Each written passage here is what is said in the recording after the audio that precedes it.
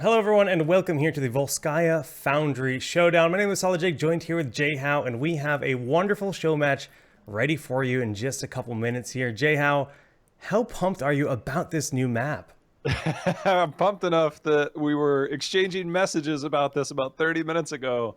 I love Volskaya. I've been able to play it multiple times on stream, tweeted about it. I've had just so much hype built up. When we were contacted about this originally, it's like, hey, you're going to be doing something. We can't tell you what it is yet. And then all of a sudden, the news started to come out. The announcements came out, during last week's the HGC. And I saw it. I was like, okay, that looks hype, but I'm skeptical. And then the minute I got my hands on it, I'm like, oh yeah, this is legit. I'm super hyped, man. I mean, they're taking some of the newer concepts of the game with the items in the mercenary camps, but they're blending it with the larger battlegrounds, right? We've got the maps like Cursed Hollow that are a bit larger with a lot of mercenary camps, and I just love how we have, the one support camp with the healing item in the center, top center. We've got the siege camps that still push in the traditional Heroes of the Storm sense, but just utilizing those mercenary camps to control the objective, and the objective is, kind of different from what we're used to in Heroes. Typically you're getting push potential with your objective, right? This, when you pick up that mech, it is all about team fight. You can just slay with it. It's been a lot of fun. Wasn't sure if it would be broken, balanced, or where it would lie, but the minute we got into it, the cool thing is that you don't have to put two people into it. If you don't have somebody there, you can still take it. But you can put the second person in it. The first person in it obviously is the driver. You get that momentary lockdown. You have the big jump for the ability to go in. And as you talked about the team fighting potential, it's got the shield ability, and it's a big AoE. So it does bring a little bit of firepower and a little bit of defensive mechanics just from the pilot part alone. And the fact that it's a two-person one kind of scared me at first, but I'm like, all right, this is good. It's like Cho'Gall, except a huge mech and better. It's really cool. One thing I didn't even notice that Dunk was talking about is the fact that the driver can leave the mech and you can just use it as a turret. Like, you leave a dragon, you leave a garden terror, it's destroyed, it's gone. You can swap too while you're in it. That's so cool, dude. It's really neat. At first, like if you're looking for it, if you haven't played the map, down at the bottom right, it'll show like who's the pilot and who's the gunner essentially in the mech. And so there's a lot of cool stuff with it. I think that it's going to be more fun when players start to get used to it on comboing with each other, because there's a lot of combos you can do with the gunner. Essentially, you have the big charge to drop the bomb on it, but if you can get the stun, that 1 second lockdown from the pilot position, and then follow that up with an easy skill shot, It's pretty awesome. But the machine gun turret at the top, like when you're doing that and you're like moving your mouse around and the sounds that go with it, it's just, you feel so powerful whether you're in the pilot seat or in the gunner seat. And I think that's really cool. All right, we're just making sure we're good here in the lobby. We're down one player still. We're going to be doing the standard coin toss as if it was Hero League for first pick, first ban. It's a show match, right? Typically with HGC, there's home and away that's set per week, and that also determines like what server is being hosted on for the home team. They have that choice. With this, it'll just be coin flip. So I'm pumped, man. It's just going to be so fun to see Ana in action. We've got some other reworks in play. I haven't got to see high-level Kel'Thuzad. He is also going to be allowed here. Are we going to see the nano boost Kel'Thuzad? Because maybe that's really scary. Maybe it's just going to be nano boost Jaina. Regardless, it's going to be really cool. With a level 13 cooldown reduction, cooldown reduction. Dude, you might as well go double support with a Malfurion and also hit the Innervate. Why not? Just make a cooldown. You'd probably need to make a macro to cast Q faster with that. That's just nuts. But what? They're saying Gazlo's immune to the robot damage? So he's a god on this map? I don't know if K1 Pro is trolling me or not. I don't either. There's also one thing. So for anybody that's played and they haven't seen social media or they haven't been to other avenues where they found out, if you've seen the nano boosted Genji Dragon Blade, that is an unintended thing and will not go live. So if you've fell victim to that insane Overwatch style combo, it won't be live. But right now on the PTR, that's what the PTR is for. You figure out what's wrong with it, what's great about it, and they make improvements from there. But I'm excited that we get the show match, because we have a very specific map pool in HGC. So a lot of times we don't get to see outside of the norm maps, but we get Volskaya, we get the best tier, and you mentioned it, Ana, however you want to say it. I tried playing her. Dunk Train, I watched his stream for several hours. He loves the hero. 2-second cooldown on your heal. That is a skill shot. For me, I don't heal at all. And trying to land 2-second skill shots on your teammates that are just like dancing all over the place. I want to put it in the hands of more skilled players like Akaface, or whether we see kind of her as the secondary support, we'll see who plays that. But landing skill shots on a highly consistent basis, I think it requires a lot of teamwork and a lot of skill. I think we got that today. Awesome, guys. Well, it sounds like we are ready. Gale Force versus Team Freedom in a 5-game series. It's not a best of 5. There's 5 guaranteed games, all on Volskaya Foundry. Standard tournament drafts. Let's begin. I hit start game, JL. I got jebaited. Go. There we go. I'm so excited for this. The first time I played it, obviously it's chaos. It's a new map. You don't know what you're doing. But the more you play it, the conveyor belts. One of the cool things is each of the spawn points, because there's 3 locations. It's almost like Sky Temple in a sense. There's 3 ads. Up at the top, there's like this really interesting dynamic with some of the structures and how the fog of war works. You can stand on one side, they can stand on the other. You can't see them, but you can contest it. And the Vikings, it's a big map, Jake, and the point can be contested. Somebody can be getting work done elsewhere, like the Viking.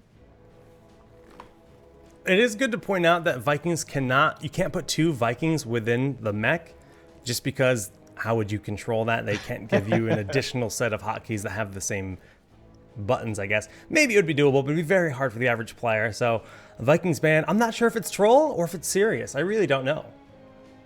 One thing to point out, though, man, those moving conveyor belts, just put some turrets down. Easy game. Easy game. Yeah, man, it's actually interesting to think of how powerful that objective can be for the team fight and the power that someone like maybe Gazlo or Probius could provide. We do need to point out the fact that Bribe does work on the support camp, but the support is 1 unit. So that is a super powerful resource, and we might see more Bribe than normal as a result. Instantly first picked Anna. And I think that there's probably a little bit of saying, hey, let's make sure Anna gets in the game. And I think so. One interesting thing that I want to see is Medivh portals on this map. How do the Medivh portals, work? How do teams manipulate them? Because on those conveyor belts, they move. They move. It is a very unique thing. And I watched last week during the HGC show, we had one of the developers come on. He talked about the map. He said the team worked really hard on making sure that things moved on the conveyor belt. And I can tell you that after testing that, a lot of things moved. I saw a tweet from Bakery with the Abathur mines trolling somebody. Like, there's a lot of stuff that can be done on this map. There is, man. The bottom conveyor belts are just so funny at that point, and that will be the 3rd spawn on the map when we get into it. Kel'Thuzad and Genji will be the first 2 picks for Gale Force. Dude, I'm so glad we're seeing a lot of the new heroes. Kel'Thuzad, keep in mind this is because the PTR also received the balance patch notes even before it went live on the live servers. This is the slightly higher mana cost Kel'Thuzad, the slightly nerfed Kel'Thuzad. He's going to be there. And you talked about the potential for Bribe, Jake. We've got ourselves a Brightwing. Brightwing did get some buffs as well recently. They wrapped 2 of her Q talents together at level 1, increased the radius on her pulse, and blink heal is 1 second less on the cooldown per charge. So that's all really meaningful for her, much more impactful as that AoE healer. Doesn't really have as much snap support as, say, an Uther, of course, but with Ana, that's a lot of healing for the team. It is, and if you can land, especially there's talents that you can go into later, that if you can stack heals on them, the heals go up, and depending, I want to see what we see at level 1, whether it's going to be a more team-oriented, getting that pierce on the dart, getting more value out of that sleep dart, more follow-up control, things like that. I want to see how teams think that Ana works in the early going. First impressions can mean a lot, especially from a pro's perspective. When a new hero comes out, there's oftentimes the, hey, I see that, my favorite player or one of the best teams is doing this on the pro level. Let me try it in my games too. So I really want to focus and see how we see the Ana build kind of evolve throughout these first 5 games. Just think about the disengage potential with her W as well. The additional 25% healing for the team, then Brightwing pulsing. That team will heal up very quickly. They're actually going to try to control the supports even further by banning out Uther, a Snap Garrosh pick. That should be King Caffeine playing that. And I think I want to highlight the point that you talked about, is that with Uther banned, you now are like, well, Rhaegar seems really good because Rhaegar has risen in popularity a lot with a lot of the nerfs. But Ancestral Healing, you hit that W from Ana that negates 100% of your healing for 2 seconds. You see that Ancestral coming in, you're like, all right, well, that's going to have 0 value now. So I think that Lucio is going to be a much safer option against the Ana. Yeah, we're Overwatch now. We've got Genji, Ana, Lucio. A few more left. Hit me with the Zarya. Give me the Zarya Tracer. Man, Junkrat coming soon. There's a lot to look forward to. I'm very curious what his kit will be like, but he should be next considering he was in that cinematic here for the Foundry when they revealed all the new content coming up before BlizzCon. Who knows what they have in store for BlizzCon. Next 2 picks here on the side of Team Freedom. They will go Zarya. They're sorry. Okay, so we're going to see what this last pick is, but Ana on Vala, and we've seen a lot of people be okay with the Monster Hunter build, the Q build, the Hungering Arrow build that we see from Vala. If you get that nano boost on there and she's spec'd into that, the double Q against the Lucio, who will be popping that sound barrier immediately post 10. But if you can burst through some of his passive AoE heals, I wonder if we're going to get that, man. I'm so excited to see how these teams are going to manage. And then Johanna as the last pick to be that main tank that can really control the objective space a little bit better. I mean, these drafts definitely seem competitive, yet show matchy. Yeah. Johanna, this is the updated Johanna, which I'm a big fan. I know there's kind of mixed results in terms of what people think. But with the talent changes and the way things have been moved, I think it makes Johanna be the #1 complaint. If you've never really heard pro players talk about it, from Johanna in her current iteration is that she just doesn't have any early game engage. It makes her her best talent is a movement speed increase on her Condemn at level 7.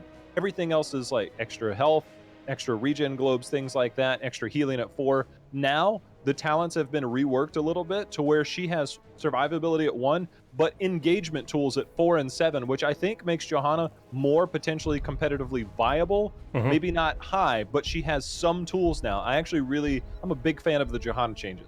Now, those changes are actually only on the PTR, not quite live yet. Should be hitting next week, we assume. For Johanna, Falling Sword upgrade is nice as well. The last pick is going to be Dahaka. Great for the solo lane, great to respond to the global of Brightwing.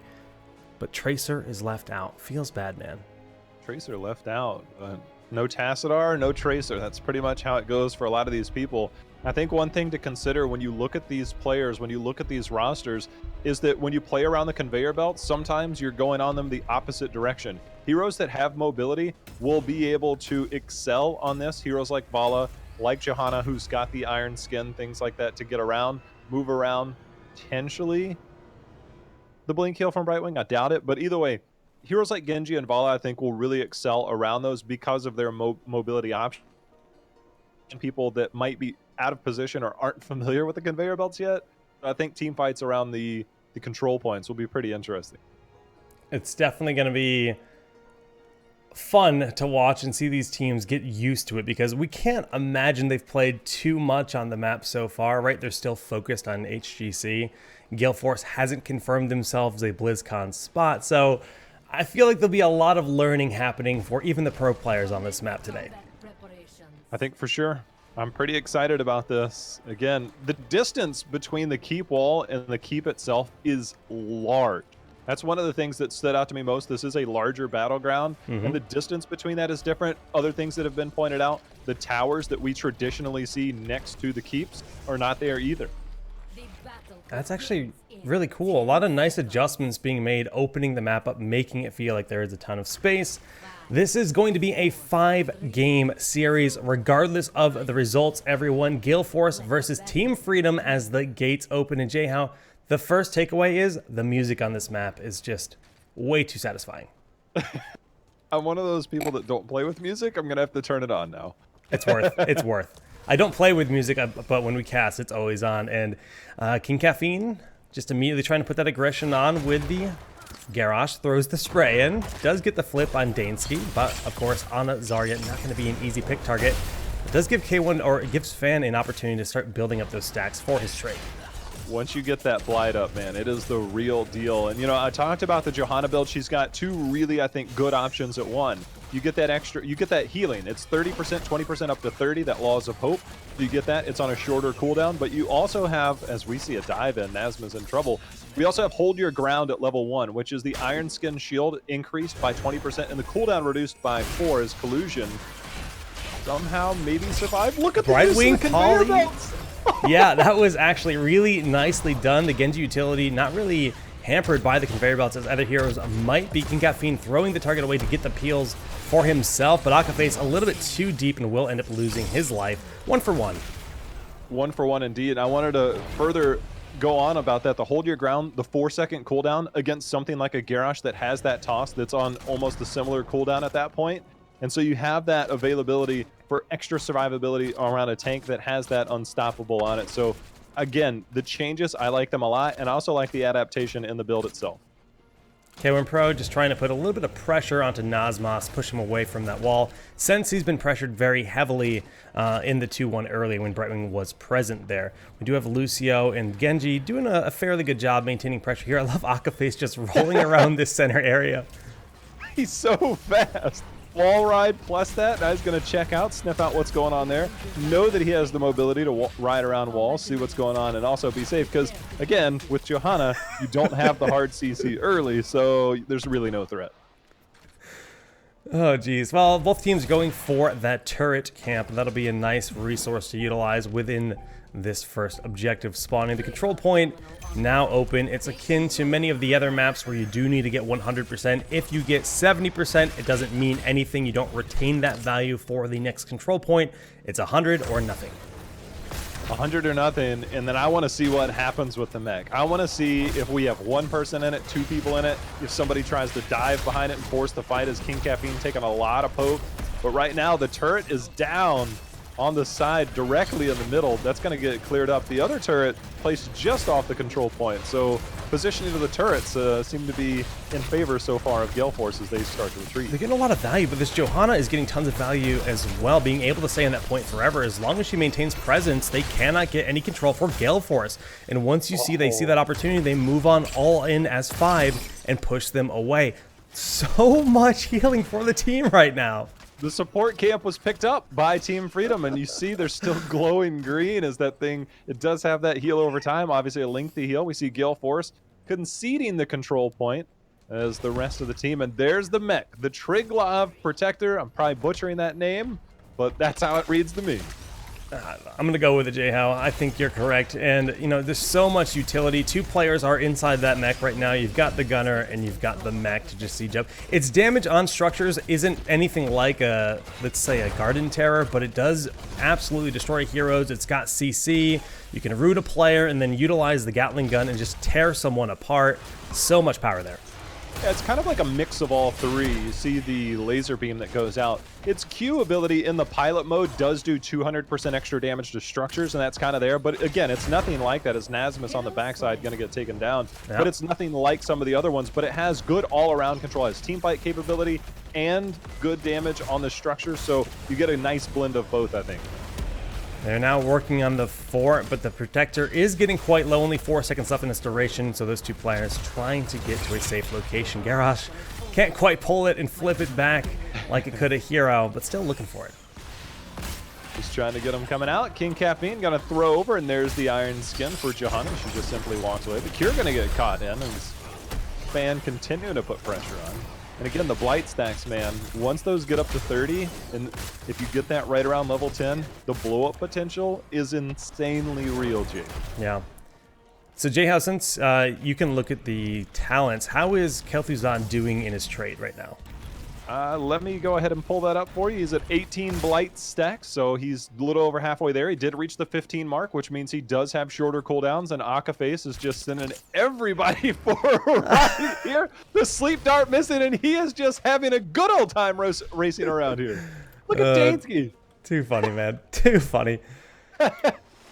Man, I'm really loving the mercenary camps on this map in general, though. Just the utility that we saw from the turrets provide additional pressure on the respective sides for that first objective, and then the healing that came from this camp. Brightwing does have Bribe, so that's something they're going to really have to keep their eyes on for Gale Force, because as soon as that was cast, GFE just had to leave. They did. Support camp going to be something that will be heavily contested, I think, throughout this game, as Collusion getting the shield. Dansky going to be there. The Glacial Spike picked up at 7 by Kel'Thuzad, not able to get the chains landed. I want to talk about the Ana build, Jake, real quick. Grenade calibration at level 1, only 4 stacks. You really get value out of that because you get 12 seconds bonus amplified healing if you hit 20 heroes. That's you gotta hit that. And then the hitting 10 heroes, you're only 4 out of 10 there. You get the 75% more damage per allied and enemy hero hit. So far, not a lot of value. Nice poly denying the drag there from K1 Pro, but it's not going to matter as they do find the kill on Dvala. Zugreg, the next target, has the Iron Skin available, but with Genji joining the fray, it's a lot of DPS. We do see the quest being completed, but Zugreg will slip away. Great poly again on the King Caffeine, denying the value from his Q. Jake, I want to talk about how that was so #worth. He picked up the Subdue talent at level 7. It is one of the hardest one to complete. If you hit 4 heroes at the same time with your punish, you now instantly get the 80% slow with no decays on your punish. If you hit 2 or more heroes baseline, you get the 80% slow. Now, if you only hit 1 hero, you still get the 80% slow. That is a tremendous value and a big pickup here early in the game.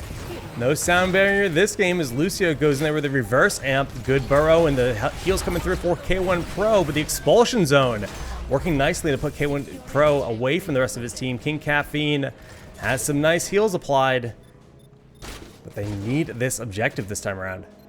They need it. I tell you what, I've picked up that Subdue talent multiple times and have been unsuccessful. He does it shortly after he picks it up and gets that 4-man dream as he gets the Condemn. And speaking of Condemn, look at that, the movement speed, but the throw over. Kira gonna use the Emerald Wind to get the knockback though. Calculated. They thought they had the seclusion onto Brightwing, but just couldn't finish it. And that's gonna be a nice kill on to Brightwing.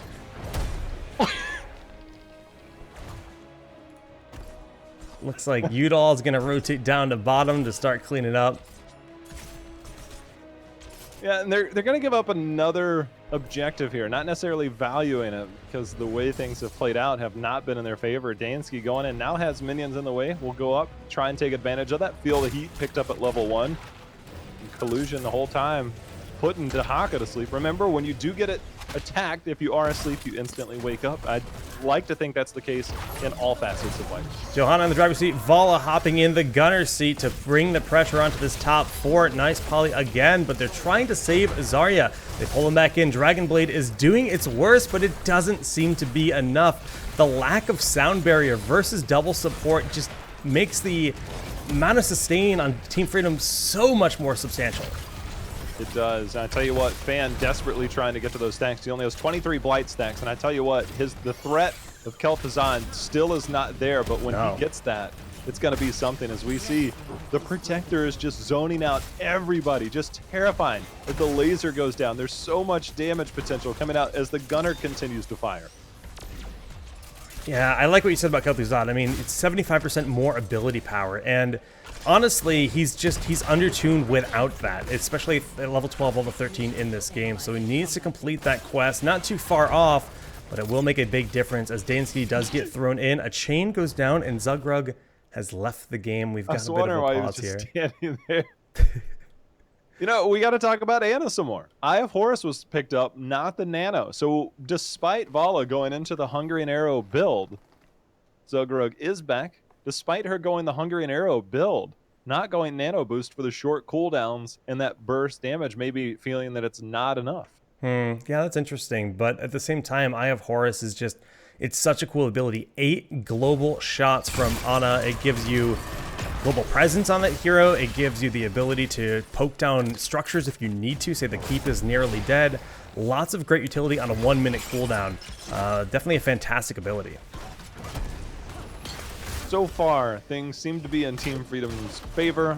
1 fort down so far. I imagine this will really start to pick up. It seems Gale Force hasn't been really willing to commit to a lot of these fights. I don't know if it's just the lack of Blight stacks, the lack of just overall control they feel they have in the fights, but feel at some point one of those conveyor belts, they're going to feel real comfortable about it. There's another blight stack for Kel'Thuzad, who's now at 28, getting close. Very, very close. They're trying to get some split pressure right now. You know, this conveyor belt makes it a little bit safer because they have to rotate here. They can't rotate down through the center, so it's more... It's harder to rotate from mid to bottom than it is from bottom to mid, but a nice fight happening here in the center. Polymorph might be enough for the kill on King Caffeine. Good throw getting him away. K1 Pro trying to flank, but a little bit late for the fight. And all of the damage in the world is being thrown his way. Emerald Wind will make sure to confirm that kill, and 2-0 for Team Freedom. Looking dominant so far in this game. They're looking dominant, and they've got a stacked up Dansky there on Zarya, who just rips through structures with that field of heat, walks right up to it. The whole team putting pressure on. And speaking of putting pressure on, King Caffeine, the dead Gera. He's got that armor, and he's constantly, you know, feeling safe because of all the additional armor and hanging around longer than your average hero would be safe doing. But he punished him that time. Punished for sure. Just wonder, when you get those kills, we saw 3 kills in the process there. How much can Team Freedom really get out of that? Again, the camps are there. They stole a camp. They're going to pick up one of their own, but we haven't seen the heavy push. We haven't seen the full commitment on these pushes yet. We've seen kind of the protector, the big mech used more for a little bit trying to get picks, a little bit of team fighting, a little bit more oriented there. But you got to think that as these get later and later, they scale up more in the game, they're going to be a lot stronger. And I'd like to see a big push potentially coming out of the next one. It's definitely a potential, and this is going to be a very difficult control point for the side of Gale Force to win. Both of the turrets are favoring Team Freedom right now, and Akaface is making a questionable approach, trying to flank before his team was even ready. I'm in, baby. The timing is unfortunate, as the control point is now active, and Gale Force still unwilling to commit to that. They do have the camp at their back here as they push in, but they're going to be met with a little bit of resistance here from Team Freedom. Ana is not here, but again, Lucio is down, so this still makes it a 4v4 situation as Nazmas is rotating up. Calf is getting heavy pressure, but Dansky doesn't really have a whole lot of energy. However, Genji gets caught in that CC and does get blown up. Dansky just walking right in, no fear. He's got enough at his back, and now he's got a Brightwing shifting in. K1 Pro in all kinds of trouble. Oh, no. One after another. Garrosh goes down, and Dahaka will fall as well. Ana has still been in bottom during all this time, just sitting on that point, collecting it for their team. Had the Eye of Horus during that fight to give additional support and damage from across the map. That's actually ridiculous utility. There's the idea of global, right? And actually leaving from one point to the next point of the map. She was able to capture an entire objective and still contribute in a team fight that was on the exact opposite side of the map. Oh, baby, give me some of that. Kel'Thuzad as the beast that comes out from Fan, finally landing that blow up that we know is possible. It took 13 minutes, but you get him, Fan. Has he completed that trait yet? Because he has. Yeah, okay, so he's turned on. That damage is there, and that's going to be very useful for this defense. They also got a turret from the kill, which they're utilizing nicely to deal with this protector. Protector's there, and without the full team, again, putting 2 people into it, you do lose some of your siege potential, and then you run into moments like this where you can kind of dive past everything as Akaface is under assault from the protector, but it's not enough to save Zarya, and they are on the retreat. Kira does have the healing item if he does need to use that. With Collusion and Johanna dropping out of the protector, they need to be a little bit more wary since they have those ults at their command. There's another turret picked up. Again, I just have not seen the commitment to the mech push. Not a single time. And it was due to picks, it's due to this or due to that, but I'm waiting for that full commitment. And I feel, that's what you can use the sleep dart for. Yeah, you set up the big combos. Dahaka's not the easiest target to blow up. They do get a nice safety flip onto Dahaka to bring him back. Akaface playing with fire with the polymorph being a threat. Ooh. Nice ice block. Yeah, the ice block is there. It does make the blowups tough, but we see K1 Pro come in and get the tongue onto the Brightwing and get the follow-up. K1 Pro, though, getting caught in the condemn. Udall has come to join the fight, and Dragon Blade is out, but the big heal, the healing pulse is out, but Nazmus not enough to survive. It was good for Zagrod to be able to pick that up after Brightwing died. It almost saved Vala, but not quite enough as the Zarya wasn't in the battle. Back and forth fights here. We have 11 to 8 in terms of kills in total. Still Team Freedom a level ahead. A level ahead. The map has not completely opened up yet. We're going to have the next objective fairly soon. I'm not 100% sure on the timers yet. Sometimes it does feel a little lengthy between those, but it gives you opportunities to try and do something else on the map. We'll see if there's any changes going forward, but right now both teams see a little bit of fight action going on as the spear going to miss and the combo from Fan not able to connect. Just out of range, or maybe it was the Iron Skin, but Michael Udall on the other side of the expulsion zone where he wants to be out, he's able to retreat, but not so lucky as K1 Pro and Kel'Thuzad. We have all 5 members back up for Team Freedom, and the retreat being attempted here. This slow from the belt is definitely helping them with that retreat. Yeah, again, I think mobile heroes are going to be pretty good for that. We've seen Akaface make a lot of fun with that. Obviously, Genji has a little bit of mobility, I heard. Rumor has it he does. Sleep tight, man. K1 Pro, he's in trouble. Even with isolation, I just don't see him getting out of this. It is good to point out that there has been a change to all of the globals in the game. If you commit to trying to use Brush Stalker on Dahaka, Phase Shift on Brightwing, and it is interrupted by any kind of stun or CC, it puts it on a 10-second cooldown. So you can't do that in the middle of a fight. Yeah, it's a tough thing to deal with for sure. As we see Zugrug had started the camp, King Caffeine just kind of walks over. Look, if Garrosh walks up on me, yeah, I'm out of there. He's a scary looking dude. He is, and this is another really tough position. No Dahaka. The support camp item has been collected by Cure once more with the single bribe stack, and they've got full control of the point already. Has there even been a single percentage on a control point taken by Gale Force yet? There hasn't. They haven't even contested, and I don't know if they just don't value it. They're just baiting them into, you know, a little bit of safety net for later games, as Akaface has got his hands full. See if the conveyor belts and the movement speed can save Akaface here. Looking for the jukes! Okay, the dart not far enough. He does throw down the expulsion zone even. Oh! Even the expulsion zone. Akaface is like, look, I know there's a game going on, but I got my own mini game here, and it's a lot more fun for me as Akaface is just rolling around everywhere. And that was pretty useful because they need 20 right now, and they're getting close, but the rotation is here finally. They're looking at Michael Udall as the first kill target, and they get 2. Kel'Thuzad and Genji are down. Yes, overtime has begun since there are players on this point, but K1 Pro, King Caffeine, Akaface versus the 5 members of Freedom cannot stay. Dude, Udall went to dash in, and he dashed right through the rain of vengeance. K1 Pro has no fear. What is happening? No respect. Walks in, loses his life. Here comes the Protector. This should be the first keep down, J-How. It should. I think this is one where you're level 20, your opponent's about to be level 20, but it's 16 kills to 8. You've got the mech, you've got everybody alive.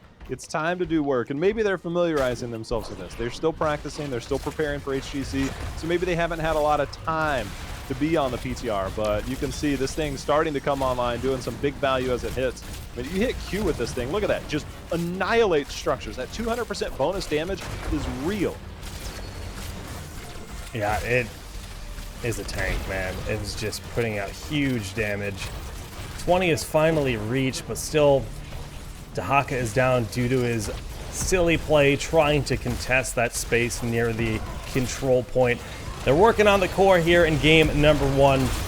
And Gale Force will try desperately to defend. We do see the reverse amp being used. Nazmos has the shield from Zarya. Nice kill there. Going in from Garrosh, finding some kind of presence in this fight. And Dahaka probably too little too late as that Protector health bar is just going to be overwhelming. Even with the rest of the team dead, there's 2 players under that mech. And game 1 will go to Team Freedom. I'm pretty sure, so we're 19 minutes in, level 21. I'm pretty sure whenever you queued onto the core, it was doing 8% damage per Q. Not even counting the basically 2% per auto attack and any other abilities that the pilot has, but 8% every time it queued onto the core. That's pretty solid. I mean, it was 20 minutes into the game just about, but not too shabby. I mean, the Punisher feels, or the Protector. I mean, it feels more like it doesn't feel like a Protector. It feels like a Destroyer, doesn't it? Does it have defensive utility? Yeah. Okay. It's got the pilot has the big shield. So Okay, you see, I've only like, the big pulse. Yeah. I've only been the gunner so far. And it's a pretty decent sized shield. So like it has team fighting potential. So if your team becomes under assault, and if the fear is, what if they just dive past this? Well, you've got Right. enough firepower and you've got some defensive ability. Nice. Well, that's going to put 1-0 on the board, favoring Freedom right now. It will be 5 games in total. This is a show match, not a standard tournament or standard best-of-5 series. We get 5 glorious games, all on Volskaya Foundry. Jay, how we got to actually host this next game? Trying to update my observer here. I had the spinning squares on my heroics. Always a good time. That's not good. All right, we're getting everything sorted out here, but all in all, man, I'm liking what we see from the map. I think the Merc camps feel like a nice, interesting strategic option for controlling the space of the objective. And like, I'm also really glad they got rid of the Vision objective or Vision Merc camp that we had on Hanamura. It didn't ever really feel super meaningful. It was more like, you know, it's nice against stealthies and such, but... And again, I think the fact that there's only one healing camp and it's in a neutral spot, definitely... So generally the way it's set up, it's the top and mid lanes, I believe, are closer than the mid and bottom lane, but you have the conveyor belt that goes from bottom to top, so you can have quicker rotation from bottom to mid. And then, you know, generally you see the rotation between top and mid, but now you might see some play differently, but it allows you to kind of hang out in that area to also contest the top camp. So the way that this evolves in the meta, we're not sure yet. I think obviously rotations will be a thing. It's just a matter of how much can you get out of the rotations, how much can you really get out of that neutral point, and are you willing to commit to it? So, you know, the healing camp obviously is very powerful with the healing pulse. I just don't know how many people, if this makes it into competitive, how many people would be interested in going for that on a consistent basis. Again, this is a show match. A lot of these players, they might be playing it for the first time because they've been practicing, preparing for HGC, but I'm happy to have them here to at least figure it out, and for the ones that have played it, see what they've picked up so far. Okay, so it looks like we're going to have GFE as the first pick for this. And once GFE says they're ready, we'll be starting in the second Volskaya Foundry game. They've given the ready, so let's go. Yeah, man, I'm curious to see how diverse of compositions we see. That game, we had 4 Overwatch heroes. Wouldn't say that's super standard. Like, I haven't seen Zarya in a long time, but honestly, she felt fine. Yeah, and the fact that when they would split her off, she would just walk up, get some of that tower damage onto her while she's got her shield active, and then it would make her super powerful. And so she would, at times, rip through structures, and it made it very easy to get that Zarya value. There was very little downtime on her energy bar. I think very few times in team fights that I see it less than half. So it was definitely maintained very well. First pick, first ban for Gale Force.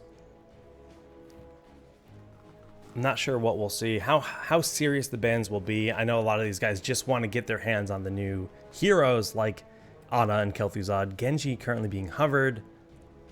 That makes sense. Yeah, and you know, we saw you'd all play it last game, and they're switching to Tassadar. And they're switching back to Genji. But the whole thing about it is that, just going to go back and forth here, is that high mobility heroes do work. You know, we saw Genji there. He was picked up, didn't have as much value as I'm sure they would have liked, but I feel like the team fights didn't quite happen the way that we expected. We saw a lot of pickoffs. You know, Akaface obviously having quite a bit of fun on Lucio there. I imagine as these games play out that they'll be a little bit more coordinated, to say the least. Yeah, I think so. Vikings are banned again. I'm not sure if that's troll or what. I think that Vikings are a viable strategy. Yeah, I mean, Vikings, I guess you got constant presence. Yeah, because you can send the control point to overtime.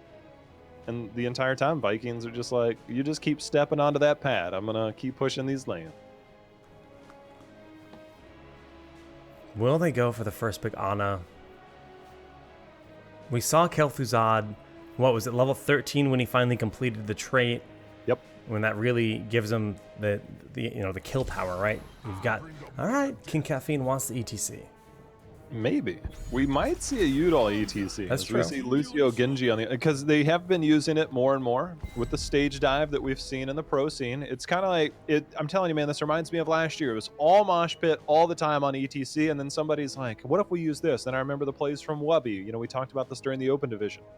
You know, big plays by big time players, and then stage dive became a thing because there were so many interrupts. Then ETC got changed, and everybody's like, well, forget him. And then all of a sudden he's like, well, he's pretty good again. Then it's like, well, what if we try stage dive again? It's like the exact same cycle, just a different hero. I like the fact that he's coming back in, changing the meta again.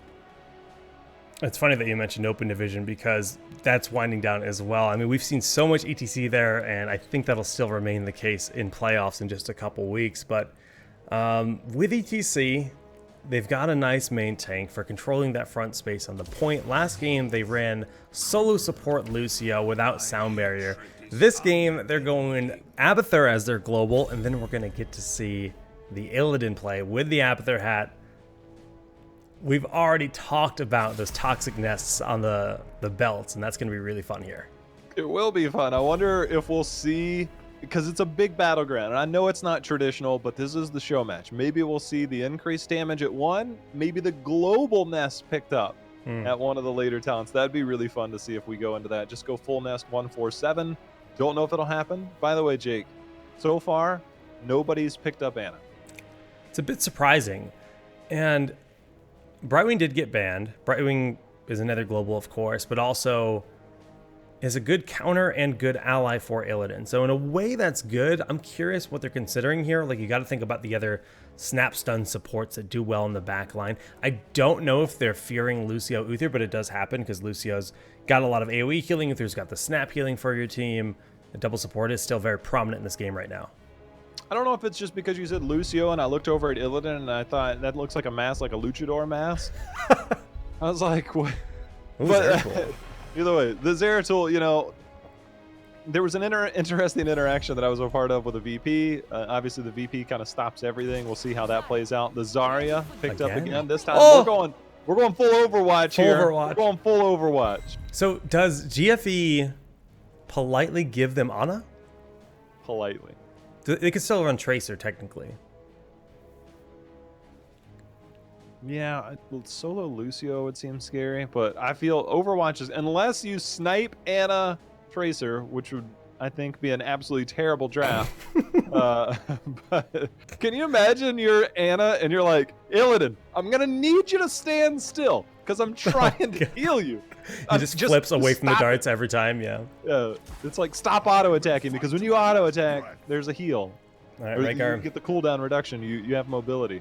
Rhaegar picked up again. If Ana ends up being picked up on the other side, Ancestral looks terrible. Oh, Bloodlust. It's a possibility. I still think Ancestral will be picked here. Zagara picked as well. Oh, Then it is Tracer, so it's going to be solo Lucio.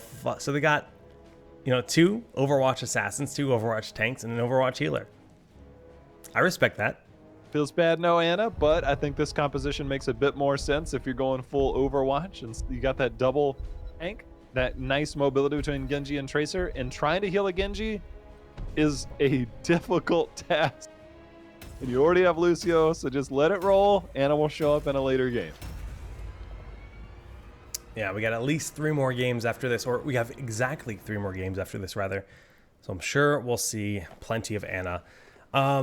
This is, you know, the old school throwback. Fan's going to be on Illidan with the Abathur hat. You've got Akka to dive in as well. Udall's going to do his best to just be as annoying as possible with that Zagara pressure. You've got 2 specialists that have some kind of global poke or, you know, push. That'll definitely be a different approach to the map than what we saw in game number 1. I'm going to talk to Udall about these late game composition. Infest, man, at level 1. Yes, you get instant value out of Banelings. Yes, they travel farther. Yes, they do more damage. But I'm telling you, man, Infest, if you're really trying to split push, that's the way to go. Are you mad? You mad he's going Q build? Do you know that sometimes I get online, I'm like, I'm playing a Zagara game. Zagara's my most played hero, I think, now. Wow. They're passing my Sylvanas numbers. I love Zagara. Yeah, the specialist beast. Well, we do have a game with potentially no bribe, which is a nice change, yeah. But we do have a few talents that haven't been locked in either. We'll have to see what Illidan decides to go for, what Zarya decided to go for in just a moment. Looking at the situation of the lanes, right, D.Va and Zarya chose to go down bottom, not finding anyone. And although they can build up a lot of free energy, they don't necessarily have a big siege damage hero with this push, so they're not really going to be able to put any pressure on. Yeah, we see actually a change up in the build. Last game it was Feel the Heat. This time we have Maximum Charge, trying to get that bonus energy.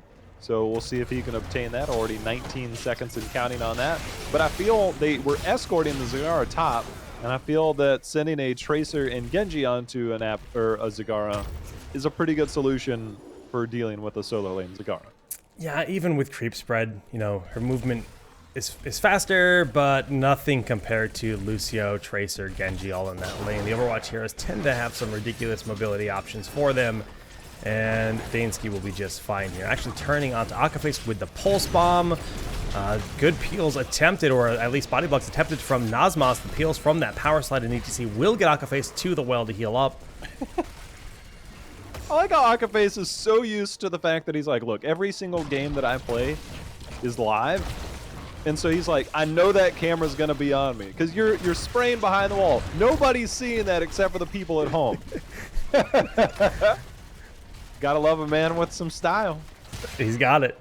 Instant camp pickup here as the turret goes to Fan on Illidan. And then we have the same happening on the opposite side. Yeah, so far, just the rotations have been pretty constant. Mines. There's the mines. 1, 2, 3. He went mine build at 1. He went mine build at 1, Jake. I like it. Zagara, you know, she's going to get creeped down, but there's a lot of easy responses. Mainly Zarya having just, you know, the free Qs to constantly throw out. But that's going to be plenty for Zarya to be able to keep that in check from Zagara. Looks like GFE is again opting to not go to the point immediately, but it only takes one person to just sit on that point. So the split pressure opportunities not necessarily going to be as valuable as you saw the snap rotation from the side of Team Freedom, dropping the turret early. That will be cleaned up rather easily, and then Fan will have his turret available for GFE. And you make a good point. It's not like a map like Sky Temple to where you can control it with 1 point, but you're going to get attacked in the process. As Fan, under all kinds of pressures, the Pulse Bomb does miss there from Cure. Good attempt, but they are controlling this. And I think, unlike the first game, Jake, that we saw where Gale Force ignored and they tried to do a bunch of weird stuff, I think this one is recognizing your composition probably isn't going to be near as strong until 10. Your team fighting potential with just an Illidan and a Zagara isn't that great, so they're probably going to try and make that push more towards post 10 when they have that global and everything. And Rhaegar being sneaky on the top right bottom. Yeah, this is something that they're not going to be able to catch in time. One more hit and Akaface will have this camp. Not sure if he's going to get away. He's actually starting the Hearth. It's definitely safer than trying to run. Lucky for him, he's not going to be collapsed on. But we do have the protector here for Team Freedom. D.Va and Zarya at the helm for another 35-40 seconds. See how much damage they can do. And this is a big push. You know, they've got a little bit of a lead already. And again, they have a lot of damage that comes out of that. There's a turret that dropped there, but they did confirm the kill onto Illidan. Gotta credit Cure, man. Cure's doing a lot of work on Tracer, making a lot happen, and he goes in on Rhaegar there, as does the Protector. That was an easy kill for him. Scary. Yeah. The pressure is on, and sure, you can go ahead, scoop up all the mercenary camps across the map the way that we saw GFE do, but so far it's not paying off. They're slowly falling behind in experience, about 75% of a level down. This is basically a Khazra camp, you know, reskinned as far as we can tell stat-wise. They will do decent damage, so halfway through the wall is nice, and since the next objective control point will be in the top part of the map, that will benefit GFE to a small extent. But I think that turret did get stolen? No, I guess it must be on the side of GFE. I don't see it anywhere. Did it disappear? Oh no, King Calf got it. Okay, next time those come out, the camps, tell me they don't look like miniature Murad and Muradin. They were floating, they had the jetpacks, and they were just kind of like hovering. They look like miniature Muradin. Yeah, kind of. Ooh. Aka gets picked off again, just trying to dance around the belts, I assume. T2 is sorry about that, but Nazma's going to use a self-destruct before losing his mech, giving him that free channel of another mech. Not getting too much value. I think a few creep tumors died, and that's the most. That's pretty much it out of that. You know, we do see going nest 1, 4, and 7. Got the cooldown reduction. King Caffeine trying to move towards his Prog Rock talent he picked up at 1, willing to commit a little bit of damage. And speaking of committing a little bit of damage, Collusion versus an Abbott there. Dansky was thinking about it, but seeing any other hero like not get that kill? Maybe Ariel Morales? Yeah, maybe. But for the most part, he should be dead there for sure. Lucio opted to just hearth back after that. We do have more Merc camps being grabbed on both sides, just going for those turrets. And we have another 2 minutes or so before that healing item is respawned, the support camp. Level 10, however, has been picked up here for Team Freedom. Gonna get scary. Yeah, Expulsion Zone, we saw good use out of that. We've got the Dragon Blade, of course, again. This time, we don't have Reverse Amp. We do have Sound Barrier, so a bit more protection during these team fights. I think probably a little bit better option. We get the big shot, not the bunny hop, because there's really nothing to set up. So big shot's got to be there. Dansky just having a good time here on the conveyor belts as King Caffeine greets that and decides doesn't really want to play. 10 is here. We got Ancestral, we got Nidus Network, Mosh Pit, the clone, and then Illidan thinking if he wants to hunt. I mean, Hunt did get nerfed recently, the 100-second cooldown. Naturally, with Illidan's built-in battle momentum, he can reduce that cooldown over time, but it's still a substantial nerf over the old Hunt. It is. We do see Mosh Pit, not stage dive. You've already got the Nidus Network. Do you really want to commit that much to the globals? Yes. If this is on top, you could potentially get the Nidus and Illidan push in the same lane, which is absolutely terrifying. But instead, it looks like we might have our first Gale Force contest over a control point, G. All right, 2 turrets available for GFE, 1 available for the side of Team Freedom. Looks like Outface does get caught by a little bit of the splash damage of the explosion, then a lot of pressure from the Zarya and Genji. Half doing his best to maintain a position to deny any kind of progress for Freedom, but eventually Freedom does win out, and they're starting to get that progression on. Already 12% and climbing rapidly. There's the clone. GFE's going in. They're going in, and Metamorphosis has now been picked up. Fan, he gets the Ancestral Sound Barrier out as well, but Zagara first to die as Dansky doing work with that Dragon Blade, starting to take a bit of damage. Metamorphosis is out, and Fan has nobody to leech onto. There he goes. He's on to Nasmus, but Jake... Dude, Overwatch Heroes OP, man. That wasn't even close. Genji went in the backside with Dragon Blade, and they just didn't have any kind of control to cover their backline. Zagara was a sitting duck. What is your response? Rhaegar doesn't have any kind of stun. He doesn't have poly. He just has a totem to slow the Dragon Blade down. That's not meaningful. And ETC has to be the one contesting the point. I mean, that was very decisive from Team Freedom. Tracer, bot lane, going to get all over this Zagara if she can. There was an Abbott they're showing. Decided to go ahead and hop on out of there, recognizing the camp picked up. Play safe. Look for a different angle. Well, they're just looking to get some split pressure. Yes, we do have the Protector in the top lane. They're committing 3 members as Genji is looking to rotate to mid or potentially bottom to get soak and help protect this. They're actually going to end up suspending the turret to help with the push, and that'll work out fairly well. Not going to do too much as Cure has level 13 talent for his auto attack, and the splash damage takes it out. But this Protector has so much health left, Jay Howe. It does, and there was some speculation from some people, I think, in chat of the Protector not being that strong, but I think it was just they were so focused on team fighting. They've ripped through a fort, they've gotten through a keep wall. We're talking about 9 minutes in. I'd say this Protector definitely living up to the hype. Is if it's left alone, it is a siege monster, and they probably could have gotten more out of it. But if it needs to be a team fighting utility, it's there. So much I'm telling you, man, it's a multi-tool in one. 2 people in that, dude. There's so much you can do with it. And it just looks so much cooler than all the other vehicles in the game, in my opinion. I'm digging it for sure. 13 is around the corner, and that'll help them bring on an even talent footing. Still a level advantage and a support camp. This is such a crucial resource on this map, and GFE has never been able to properly contest it. Oh, that's going to be a mosh pit interrupted. 10-second cooldown, pulse bomb, focus on to King Caffeine, but the Ancestral will be good. going to be good. Now all of a sudden the mech explosion is going to be there. Fan not able to make it out in time. Does get hit. Metamorphosis was used as a disengage, but Dansky going in. The Earth and Shield going to be there, but Dragon Blade is going to help secure the kill onto the Illidan as King Caffeine falls as well. Oh, Akaface is... Oh, he thought he could get that feral ledge, but the trade's worth. He had no deflect up. He went in, he got the kill, got the trade, but now they're going to go ahead and push right in. Take a bit more of this structure down. They don't have minions here. I don't think they can do much more. Zugrug will pick up. They got Zarya. You don't need minions if you got shields. Yeah, but you can only eat. I mean, if you time it well, you can get 2 shots, and then you can get 2 shots on somebody else, and after that, it's done. Yeah, that's true. Well, they opt to retreat. Abathur has moved to the bottom to get a little bit of additional pressure with these locusts, and actually the Hearth is timed nicely for one final locust as he retreats. They're not even looking for the kill. They respect the smart and safe play from Abathur, just going for the camp for now. A good call for sure. You know, we see a retreat towards the back camp there. You know, the one thing I think I like, though, at least that Gale Force, they're trying to figure out the map. They're at least contesting the control points. Unsuccessful so far in team fights, as it's been 9-1 kills.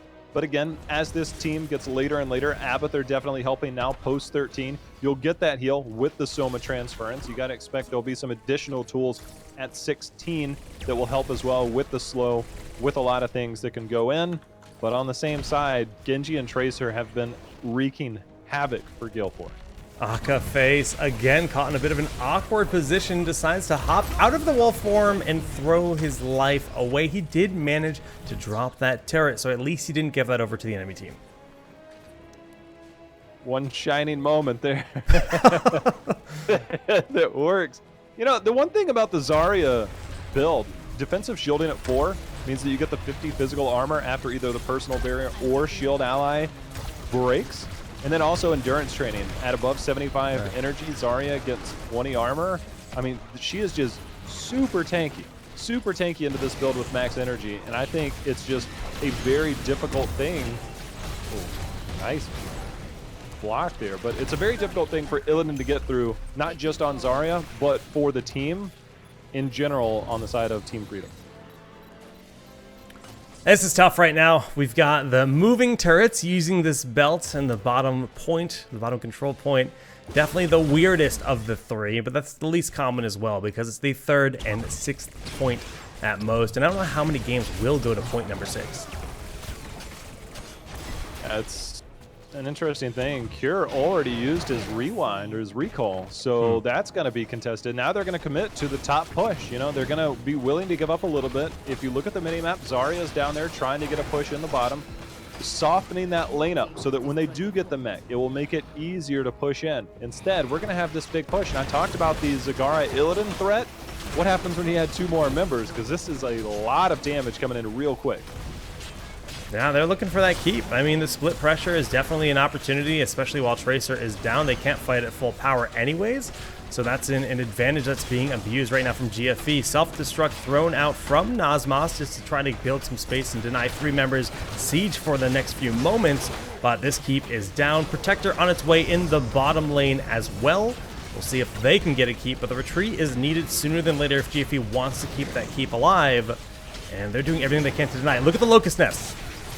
Locust Nests are there. If they pass through there, Akafe is running away from them. He should walk to the other direction, bait them in. Instead, they're not. Dansky! Dansky! He gets hit. He's poisoned. I don't think he lives. He's going to drop the Locust Nest, confirming the kill. That's the kind of kills I like to see. Mosh Pit getting a couple members here, and that should be a nice kill onto Lucio. The Protector has continued to push this whole time. Pulse Bomb not even needed as the melee attack from the Tracer finds the kill. Fan on the retreat. But the Protector, this siege power isn't really that scary. Look at it. It just now got through the wall. There's no it's just Zarya. There's no gunner. Yeah, you're right. Yeah, you're right. That's the thing, is that you can put it into position. That's one thing that you can do with the Protector, is you can switch from the gunner to the pilot. So should he have switched? He did switch. He switched to the pilot there once he got on there. It's kind of a tricky thing. When you're in the pilot mode, I don't know if Zugrug can get out of here. Actually, they've got a lot of backup coming. But in the pilot mode, you can lock down a structure, but it's only for 1 second. You can get the big damage on it with your Q. After those are both down, it's the other thing that you have left is a shield. So you use those, you put it in position, and then you hop into the gunner, and you go back and forth. You get value out of that lockdown, value out of that damage, and you switch back and forth. If you find yourself in the gunner or in the pilot protector alone, then you rotate using those. Q, W, and you switch back and go to pilot and go back and forth there. Well, level 20 is just about here. The support camp, an opportunity to be stolen if King Caffeine is willing to throw himself on the point. Does have the knockback, but Expulsion Zone will deny the steal. That is Expulsion Zone being used to pick up a camp, but only a 40-second cooldown. Well worth its value. And Zagara's trying to get some split pressure. I mean, without 20, definitely GFE needs to play safe, but at least they've got the top keep down, and they're finding some good split pressure. Udall well on his way into that Nidus network, and safely able to relocate up in the top lane, actually. Good pressure here. Yeah. Post level 20, Zagara becomes super scary if you don't clear this up. She has the endless creep, which means she can put the creep down, and then I like to call it island hopping. Basically, you have a Nidus network set up. You get out of that one, you put the creep down, and then you add another one, and you hop between those Nidus networks. It's your way to make it across the map fairly easily. So playing with fire. Playing with fire there. Very, very close, but it did force a lot of response to the top part of the map, and Michael Udall just promptly hops back into the Nidus, makes his way to bottom. Level 20 has been reached from GFE in this time frame, and Udall is out once again. That actually worked against Nazmas a little bit.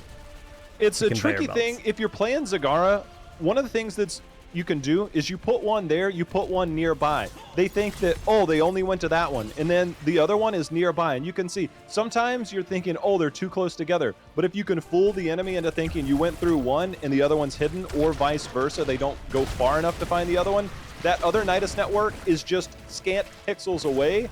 And so you can play around that, play around the vision, put them just out of range there.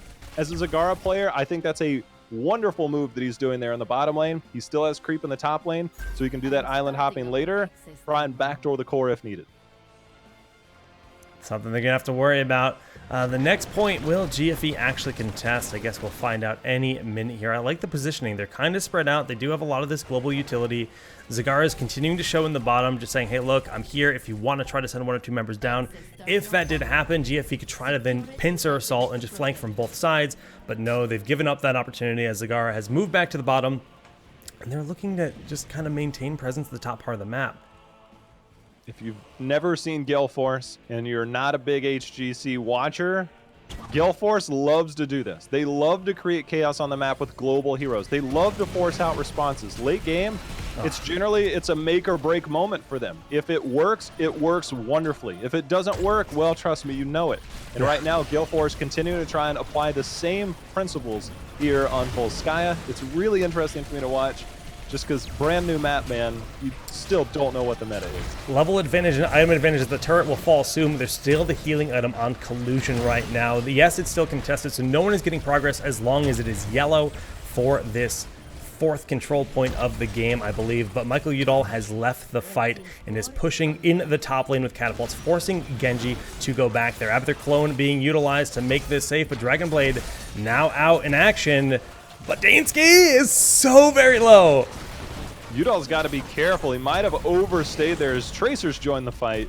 The recall's already there. I don't think, if you get attacked, you cannot get on the Nidus. You've got to get auto attacks in so that you can get your Mutalisk count. That level 16 Mutalisk is far scarier than your traditional Hunter list that you get, but you're not able to get it. The fight continues on here, back as King Caffeine, Akaface, and Fan are going to be forced off the control point.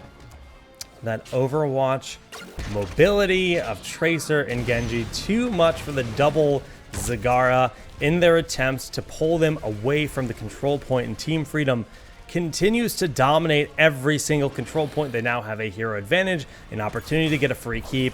And the nice thing about this, you know, you look at other maps where you control the point in mid, you're thinking, all right, the next Punisher's mid. No.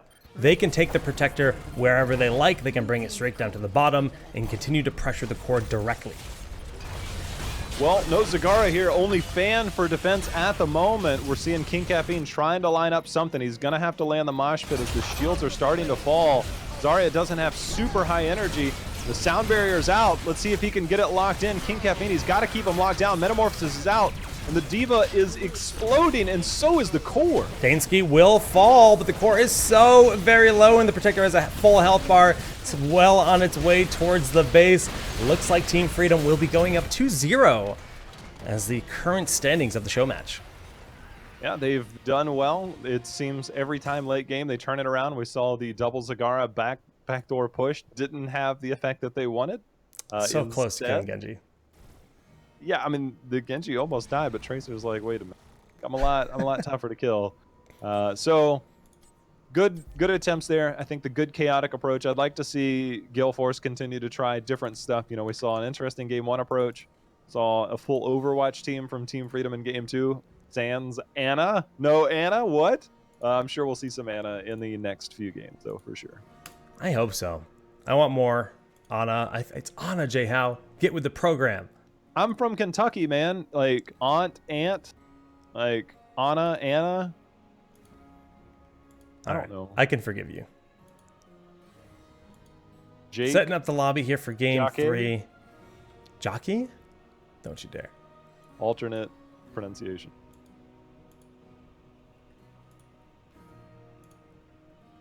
What's your favorite part of the new map? Aesthetically, not design-wise. We're going aesthetic first. I like the colors. If you look at the playing area, the conveyor belts are fun. Sometimes a nuisance if you're running for your life. But the buildings, if you actually like go off and look at the buildings, like there's different people doing different things around there. They're not necessarily Easter eggs because they're right there in front of you. But if you actually just take the time to go around the buildings, I think the buildings look amazing. The color scheme, I think, is probably my favorite part. This reminds me of a lot of my favorite games. I used to play a lot of RPG games in my younger days. I used to love that type of theme, that type of building structure and the colors and stuff. But if you look around the outside, it's cool. So I'd say outside part looks pretty awesome. Apparently Jake broke something. They're just asking for a server change. But aesthetically, I think the map overall, the cobblestone that you get at different parts of the map as you move in, it's a little bit different, closer to the core, looks cool. It's a bit open there, but I like the fact that it's breathable. You know, I think that design-wise, for me, this is my style. It might not be everybody's style, but for me, it's my style. Mine's far less elegant, as I'm a fan of the guy making snow angels by the top yes! right keep. He's just over there. That's one of the things I showed on stream. I was like, the dude's over here doing snow angels the whole game. It's actually amazing. There's a lot of nice little details, and what it makes me excited for is the potential of a winter-themed map, right? Because we have, you know, Towers of Doom is very Halloween-esque, and maybe we'll have a really cool Towers of Doom Sapper Brawl, I'm hoping. But we could get the same thing for a Christmas map, maybe, who knows? Do you remember last year's Cursed Hollow? The snowball fight? That was awesome. That was my favorite brawl to date. Unfortunately, it was just kind of a one-time-a-year thing. Yeah. But that is my favorite, What's your favorite brawl. Oh, yeah. I like really the liked... Asmo Dunk one. But the snowball one was really cool just because like the design, the seasonal thing, the snowball thing, because there's 2 different ones you can pick up. It was very cool. I was a fan of that one. Okay, we're almost set up here for game 3. And again, guys, we're playing 5 games total.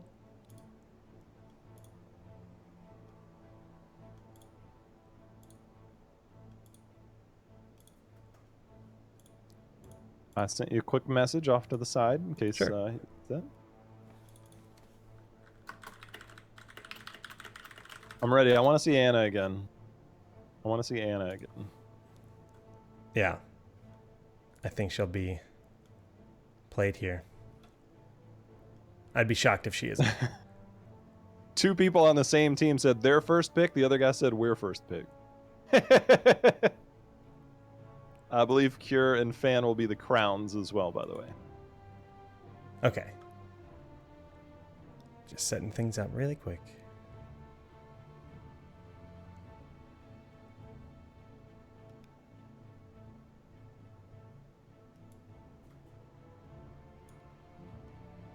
Guy. I'm a fan. Are you a fan of Cure? Cure makes a lot of cool plays. I put out a tweet a few weeks ago. I was talking about different stats and stuff where Cure is really excelling. It was kind of player comparison stats, and Cure's kind of there. And Team Freedom has looked phenomenal. Yeah. In the second phase after season 1, they were kind of middle tier. They kind of moved up, and somebody came back. They said you could almost say that they were cured with a K. It's so cheesy, but it was clever, and I liked it. The cheesiest, in fact. Well, here we go to game 3 on Volskaya Foundry. Hopefully we get Ana here.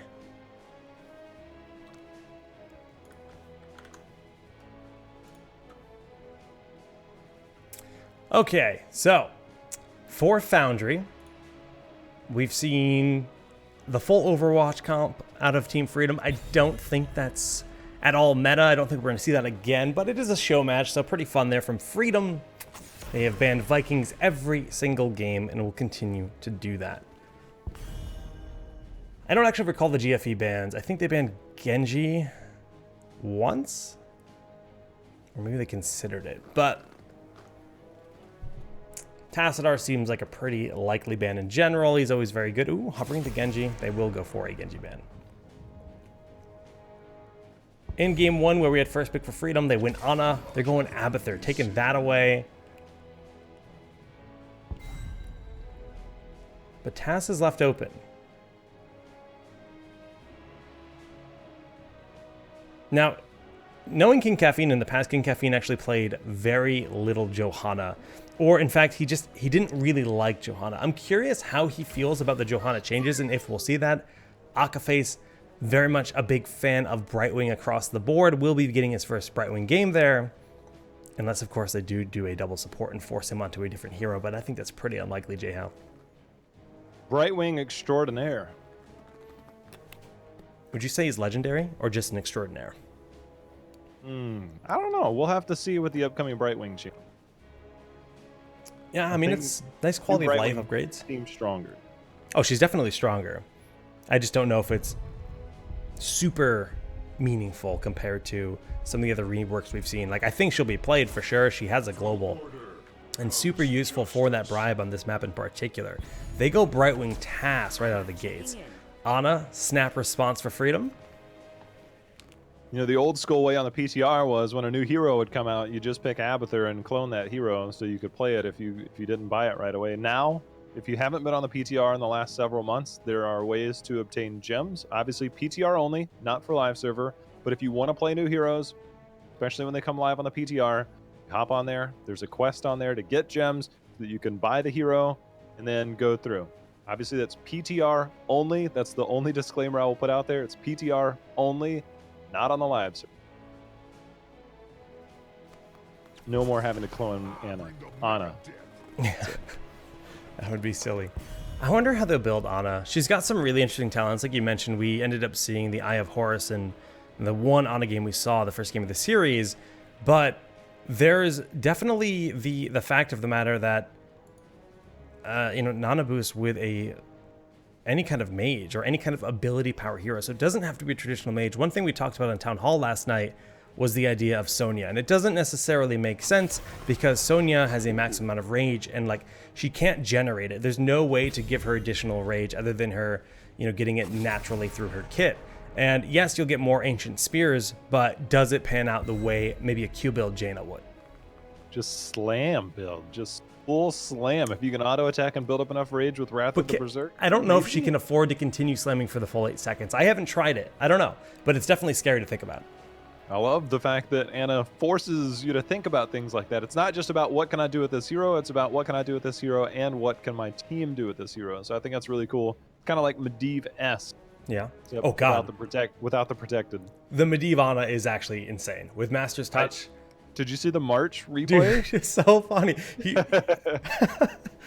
That was crazy. For those of you that don't know, March is a streamer, and there was a clip up on Reddit of him just kind of slaying the entire team with Medivh with that mana boost applied. It's a scary prospect. There's our Sonya. There's our Vala. Imagine we'll probably get a warrior on the backside, but Sonya picked up with the Vala. seems like a very traditional Gale Force composition. Yeah, gives you a good solo lane, good control.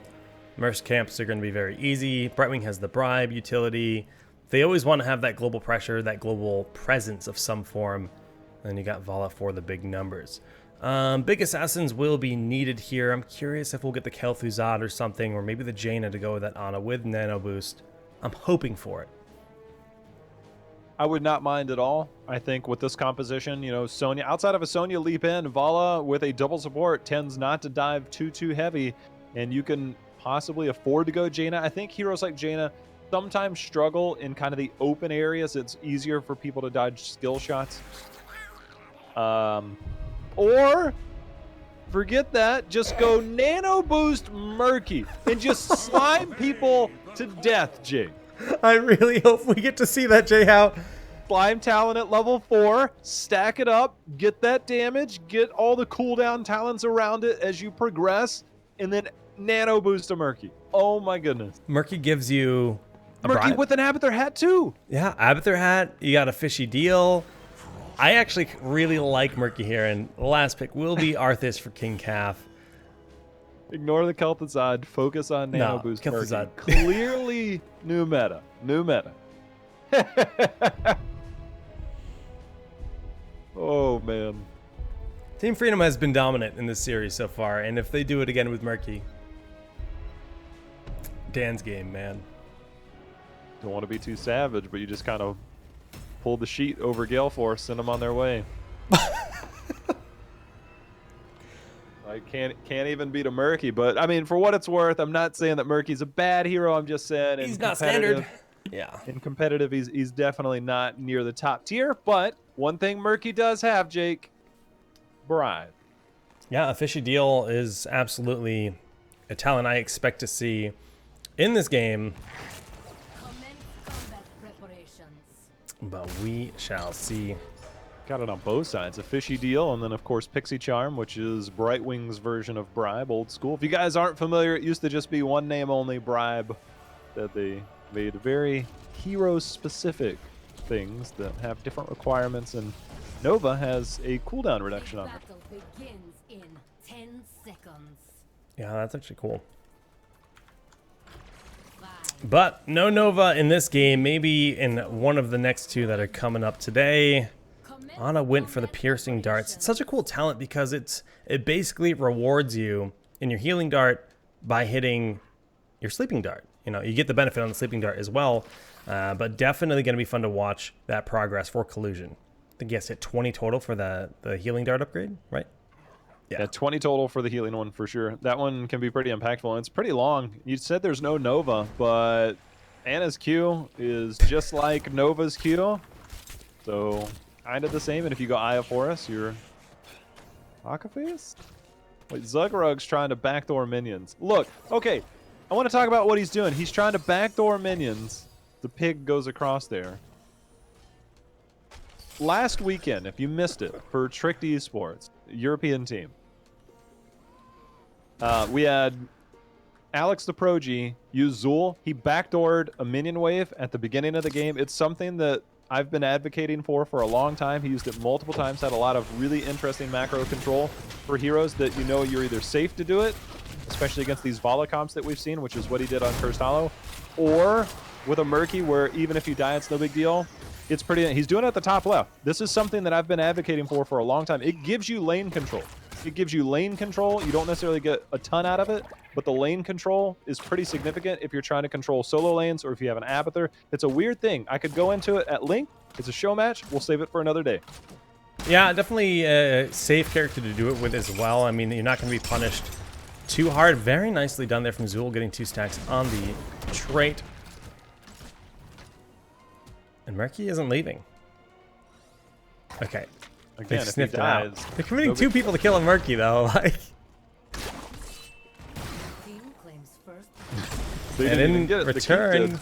The Fort did. wow. They are doing well in the bottom lane. You know, however, they've got double support here. Akaface does have the snap ability to phase shift up, given the need for that. And we have 10 seconds before the control point is activated.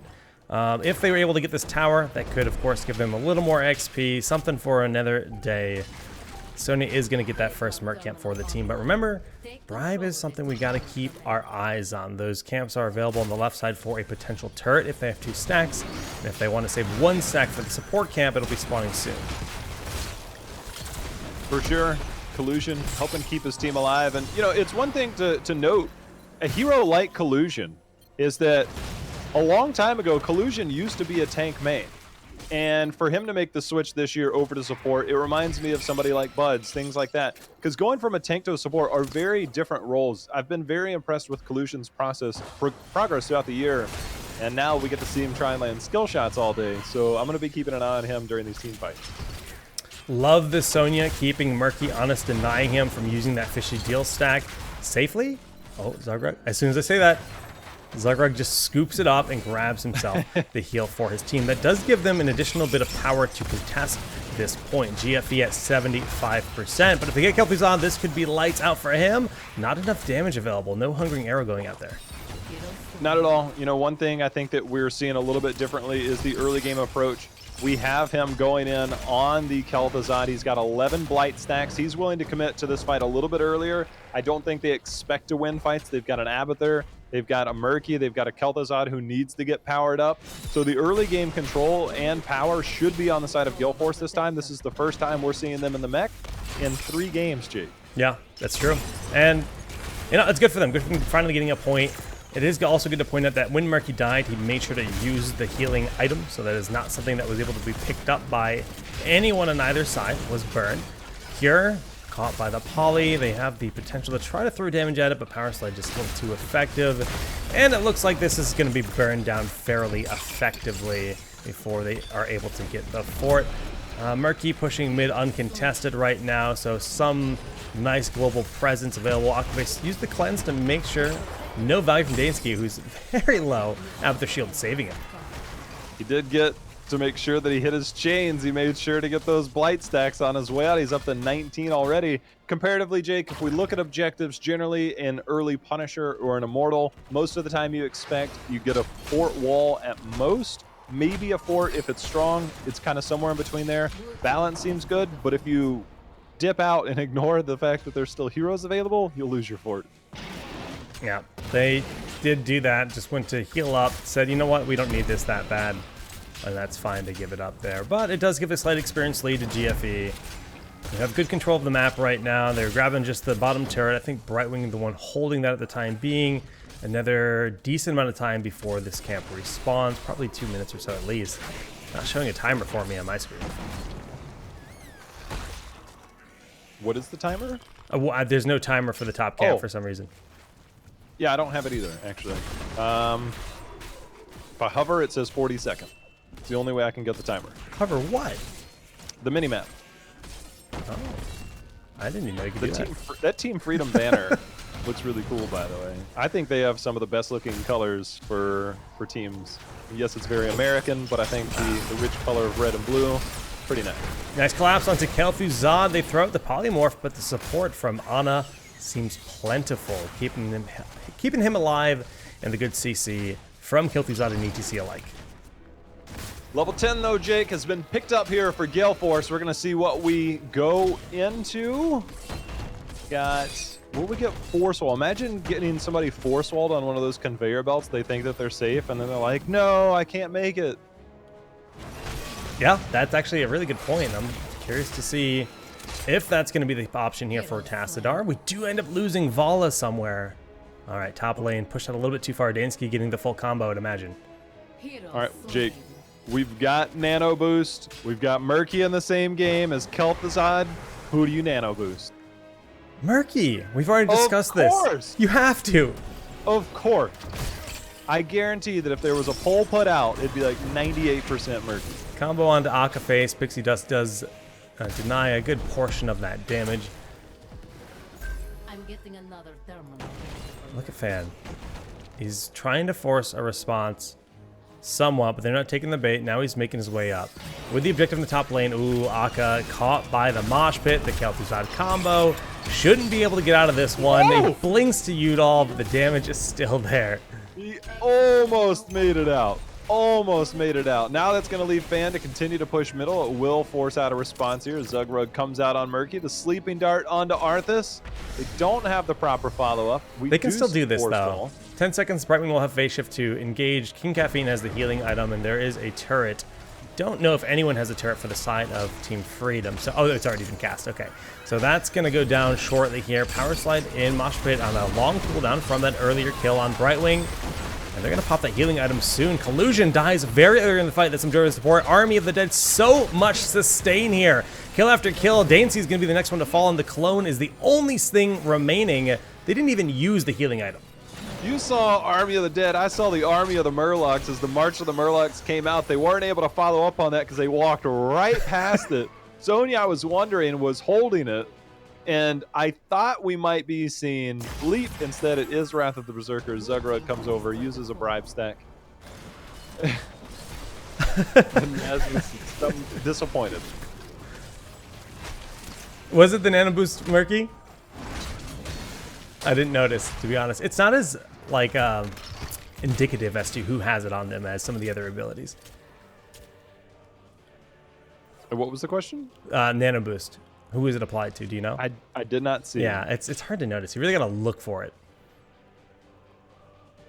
Especially when the team's already blue. Noise. Maybe that's intentional. They all picked blue tints. Yeah, you can't see. I mean, they're the blue team. Speaking of blue, we got a blue protector that's now on the battlefield. And he's coming over to lend some support as the shield goes out to help King Caffeine. They will push down the top lane. Somebody is trying to figure out the pilot now. I think Utah's like, wait a minute, I don't want to be the pilot. I want to be the gunner. They're arguing over who gets to be the gunner and the pilot. I believe it. All right, Murky Egg is just behind there, and Sonya is actually on the hunt looking for Zugrug. Zugrug is revealed, and that's not the best form of retreat, right? Akaface on his way. There are many mines around here, but the D-mount is successful. K1 Pro going to force that bubble to be popped. Hungering Arrow is not getting full vibe, but the Ancient Spear connects, and a nice kill onto Murky. And all during this time, the Protector's been keeping the rest of the team occupied, but is mostly dead. Yeah, they just haven't been able to make a lot happen. They're going to go in, put some damage onto that. Now they're going to be stuck here on the way out, and they're taking. They don't have minions there. The ETC clone just for some more lockdown for the Kel'Thuzad, trying to get those combos in. He did do good damage as they fell out of the Protector, but unfortunately the Force Wall keeps him locked well behind this as they focus on the clone. They focus on it. On the mini-map, I can see Sonya spinning around. She's finishing up the camp. The spike. Do you go with the blind chains? You don't. It is scary, though. I was hoping with the blind chains, you just throw it out, hope that they're there, and grab somebody. Brightwing making her way to the siege camp in the top left. Murky chasing. What a weird situation. That's just going to be Murky being annoying as they pick this up. Maybe he'll get this camp down. Sidestorm going to deny the pufferfish. And the rest of the team, they're getting their soak. I mean, the Abathur is always going to help them catch up in experience in these kind of situations where they commit everyone to the top side of the map for GFE, and they're missing out on potentially a lane of XP. So, yes, there's an experience lead for Gale Force, and killing Murky gives you a small amount, but I'm liking the global presence of that Abathur, helping Team Freedom even the odds. Helping them as best they can. They should be able to get 16 before the next control point, but 16, of course, was picked up here on the side of Gale Force. And, you know, again, we talked about Ana. Ana so far, again, the piercing darts, 12 out of 20, so doesn't have that increased range yet. Force Wall going to keep Dansky locked in for the moment as the slow's going to be there, but they can't dive under.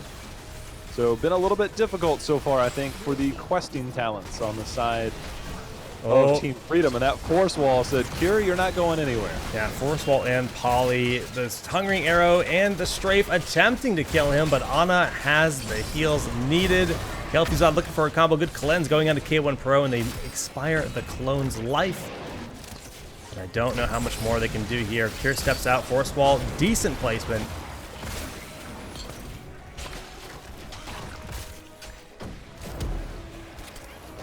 Haven't had a lot of damage outside of anybody but Kel'Thuzad, and they haven't been able to get the blow-ups. And if you're relying on the one-shot Kel'Thuzad, it can happen, but so far we've seen good cleanses. We've been against some tough heroes. Just it's not there yet, as we see a potential invade, as Fan is going to be having a welcome party here. Okay, the mosh pit used on Brightwing. Pulling him away is the chain, however. Brightwing gets the item used, and that's going to keep Fan a little bit safer, but unfortunately King Caffeine caught in the march of the Murlocs. The chain from the Kel'Thuzad and the combo. Successful for a double kill. Very successful invade. You know, if you ever want to just say, look, that's a nice mosh, but look what I can do. Go ahead and use the chains and pull everybody out of it. Yeah, but it was almost costly. They did end up getting 2 kills there as Arthas came down. It would have been okay had it just been Brightwing, but Arthas trying to save the day there ends up falling as well. We do have the channel on the bottom control point. Fan decides he's just going to push top, continue to try and get the advantage. Yep, he gets a tower. I mean, that's really as much as you could hope for. Just safely rotating away. 37%, but they step off the point, no longer wanting to leave one of their tanks down there. And they threw Murky on there, and it's going to be a nice healing item pickup for Akaface. So again, nice resources when it comes to the mercenary camps for GFE. They've got 2 turrets and the heal. Maybe considering fighting now that everyone's back up.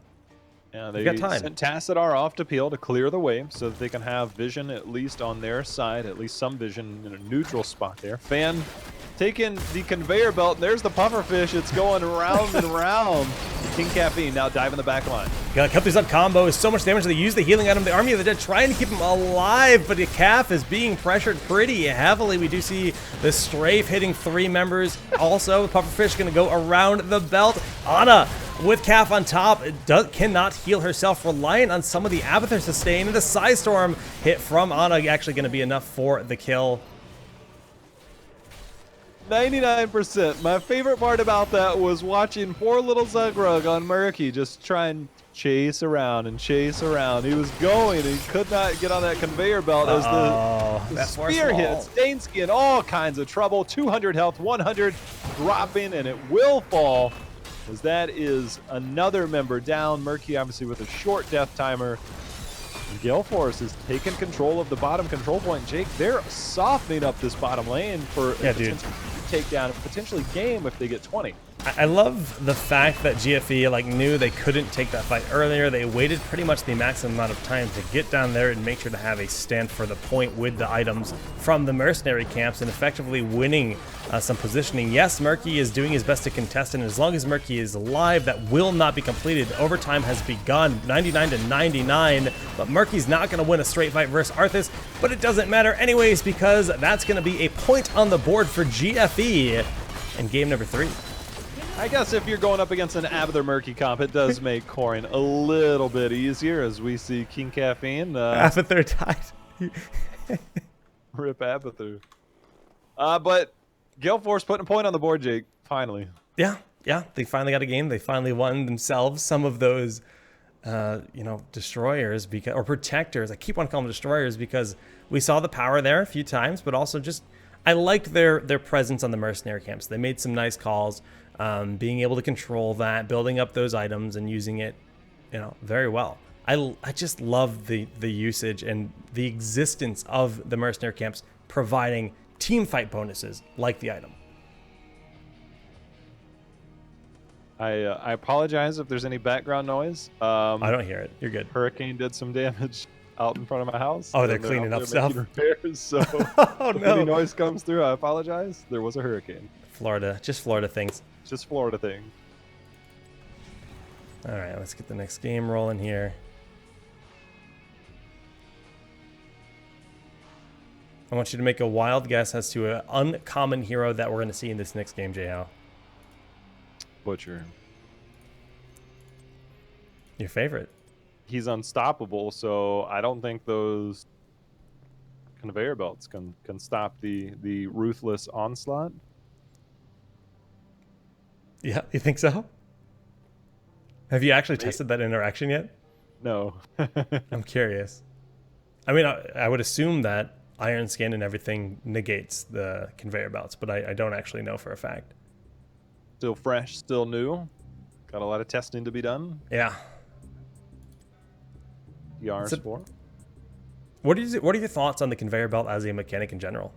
It's weird, man. It's weird. I think it'll probably frustrate a few people early on, and then you start to get used to it. Again, each different control point has different mechanics. The bottom one is the weirdest one because it goes around in a full circle on both sides. The top one, it's just on the edges, but the middle point has two structures or two walls that kind of collide, blocking the field of vision. So it does make it, or the fog of war, I should say. So it does make it a little bit difficult. The middle one is probably the most neutral one because you have escape points at the top and mid. But if you go down, obviously that's where they are. I think the mechanics of the map will be basically learned to play as it goes forward. I think so as well. I'm really curious if that's going to be like a mechanic that exists exclusively on Volskaya Foundry, or if they'll try to implement it into other maps. It's definitely like something very different. Like, you think about different map layouts, they can get rather complex, and then you have things like brush, and where brush is placed is a very meaningful thing as well. There's actually some really cool tiny brushes that exist across Volskaya Foundry. Like, for example, just below the support camp, there's like a tiny little like 2-block frame the size of maybe I guess two heroes wide, which is uncommon for them to make them that small in like a weird location, but that's good for just waiting for someone, maybe baiting to juke the player that's attempting to bribe, or you could even place down a toxic nest there. It gives you a little bit of vision information in the situation. So there's some cool things that exist for sure across this map, but I'm hesitant if they start putting these conveyor belts on every map moving forward. I don't know if I'd like that. I think it's going to be unique to this, and I hope it's unique to this map. I like the fact that they've managed to have moving mechanic to where things work on them. We haven't seen the Medivh yet. The portals do work on that. Maybe the creep spread actually moves with it, so theoretically, like, it's giving you vision as it rotates around and stuff. Like the portals, there's some like weird plays that can happen. And even just like as Garrosh, if you throw an enemy onto the belt and then it pulls them further away from their team, it's just like, haha. That would be pretty cool.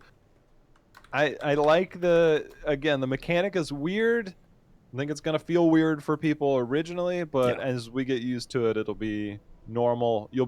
I'm sure we'll see more plays develop, like, oh, that's a sick play based around that, maybe a portal, maybe different ways to utilize your own mobility, or as you said, the Garrosh toss. There's a lot of cool things I think that will develop over time. Game number 4. Back on Volskaya once again for every single game, 5 in total. It's 2-1 favoring Team Freedom. Wait a minute, Jake. What if there was one circling around, and instead of using a creep spread, you put Misha over there, and she just went in a circle? Because that's meta. It's new meta. I mean, Misha would probably enjoy the ride. Genji. First ban on the side of Gale Force. Will we see the Vikings? We will see the Vikings ban. Well, nothing new in that front. On a first pick for GFE. That's what I want to see, J-Ho. Yeah, finally. I don't know if this will be Akka face, if it's going to be the main one. We have seen Collusion, the main support on Team Freedom, playing Ana. Maybe we'll see Akka face get his first hand. Akka, Ana seems natural. I'm really curious as to if this is a glimpse of the future, seeing all this Brightwing today, because she got buffs, yes, she has bribe, and yes, globals are going to be very impactful on a map this big. So I don't know if it's going to just be she's popular on this map in particular, or if across the board with the buffs that she got, if we'll see more of her. I mean, 1 second off blink heal is actually like pretty meaningful, and then you also have the additional radius on her heal. You've got the upgraded Q at level 1 now, where they wrap 2 talents in 1. There's some really nice changes. The shielding on the Z talents, or the shield, the pixie dust on 4, I believe, and the shielding on 7 now also applied to Brightwing, means that she can go in and save people without like, hey, you came to save me. Oh, you don't just focus Brightwing, right? Dead. Yeah, it's really nice. Ready for duty.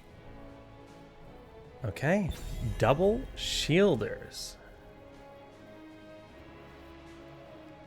Shield everybody.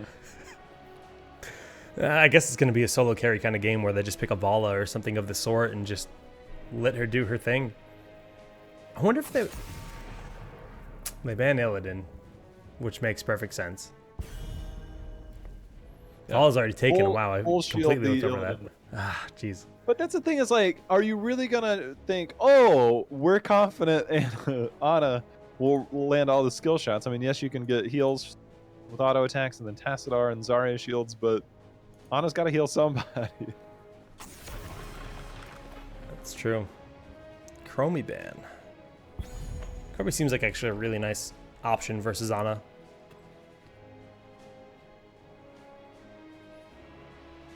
I think so. I mean, she doesn't have self-heal, so one way to deal with that is to just kill her. And Jake, we've got ourselves a Medivh.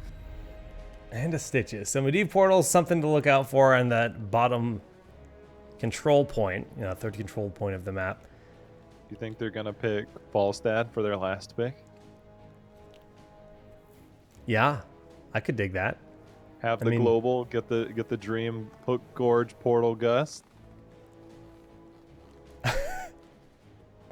Definitely something to worry about here because, you know, Brightwing is a global already for sure, and Medivh will be flying around a lot, but an option there for the side of Team Freedom. Definitely need damage here unless we get a full-on, very odd sustained comp from Gale Force. I mean, we know Calf's going to be on a tank, right? He's not going to be on Zarya. Presumably so, and they're going to be all in on one damage dealer here. And we imagine, I mean, we've seen some different shakeups as far as the role. I think everybody kind of a little bit of fun on Gale Force. Ready to roll out. Sergeant Hammer. That is interesting. Okay, you can put Sergeant Hammer sieged up on the thing. That way she's no longer a stationary target. Problem solved. You siege up his hammer. You're never a stationary target because you're on a conveyor belt. I don't know if I hate that or love that. Look, tip to anybody out there who likes Sergeant Hammer, if you're in team fights, 99% of the time, never, ever, ever, ever press your E button. I see it all the time, unfortunately. Try not to do that. Just use her as an auto attack hero. She's really strong. Yeah. I think Udall actually put out a video on YouTube, by the way, yesterday. I mean, her siege is definitely something you use sparingly, right? As much as she is a siege tank, team fight situations make you, you know, you can't reposition easily, and even the hover siege, it's not very good. Do you like a potential sieging hammer into a Stitches? No. I mean, if I'm Stitches, yeah, absolutely. Windblade's variant, I'm calling it now. Only because it's show match. I can get behind that. What, did you hear the noise? Yeah. Anyways, game number 4, Team Freedom up 2-1 in our 5-game show match series. It'll be fun to see these comps go at it. I mean, it's definitely going to be interesting to see the hammer specifically on these bottom conveyor belts. You know, that's definitely very funny, at least. I don't know how useful it'll be. God, that skin from Fan is nice, though. Is that the one that, where the energy pulses around it, right? Yeah, you can kind of see it. The strips of like that bright blue. Oh yeah, that's cool. Highlights. Okay, yeah. Guess if you're gonna siege, bottom's as good as any place. Yeah, build up that energy of caffeine. Did not expect to see him on Zarya, but they're doing it anyways. Game Pro plays the Tyrael this game. And they'll just go for the free damage. Of course, when you see that happening, you can attempt to fight it, but given that you chose a different lane than them, you just often end up trading in return. Portal's going out. The trade is definitely going to be there. Just going to push right in. Particle grenade build picked up for Zarya. And they need a damage. They need damage, but that's more the backline poke. I mean, obviously you can get the AoE damage out of that. I think that should help. Where Sergeant Hammer obviously going to be more single target focused.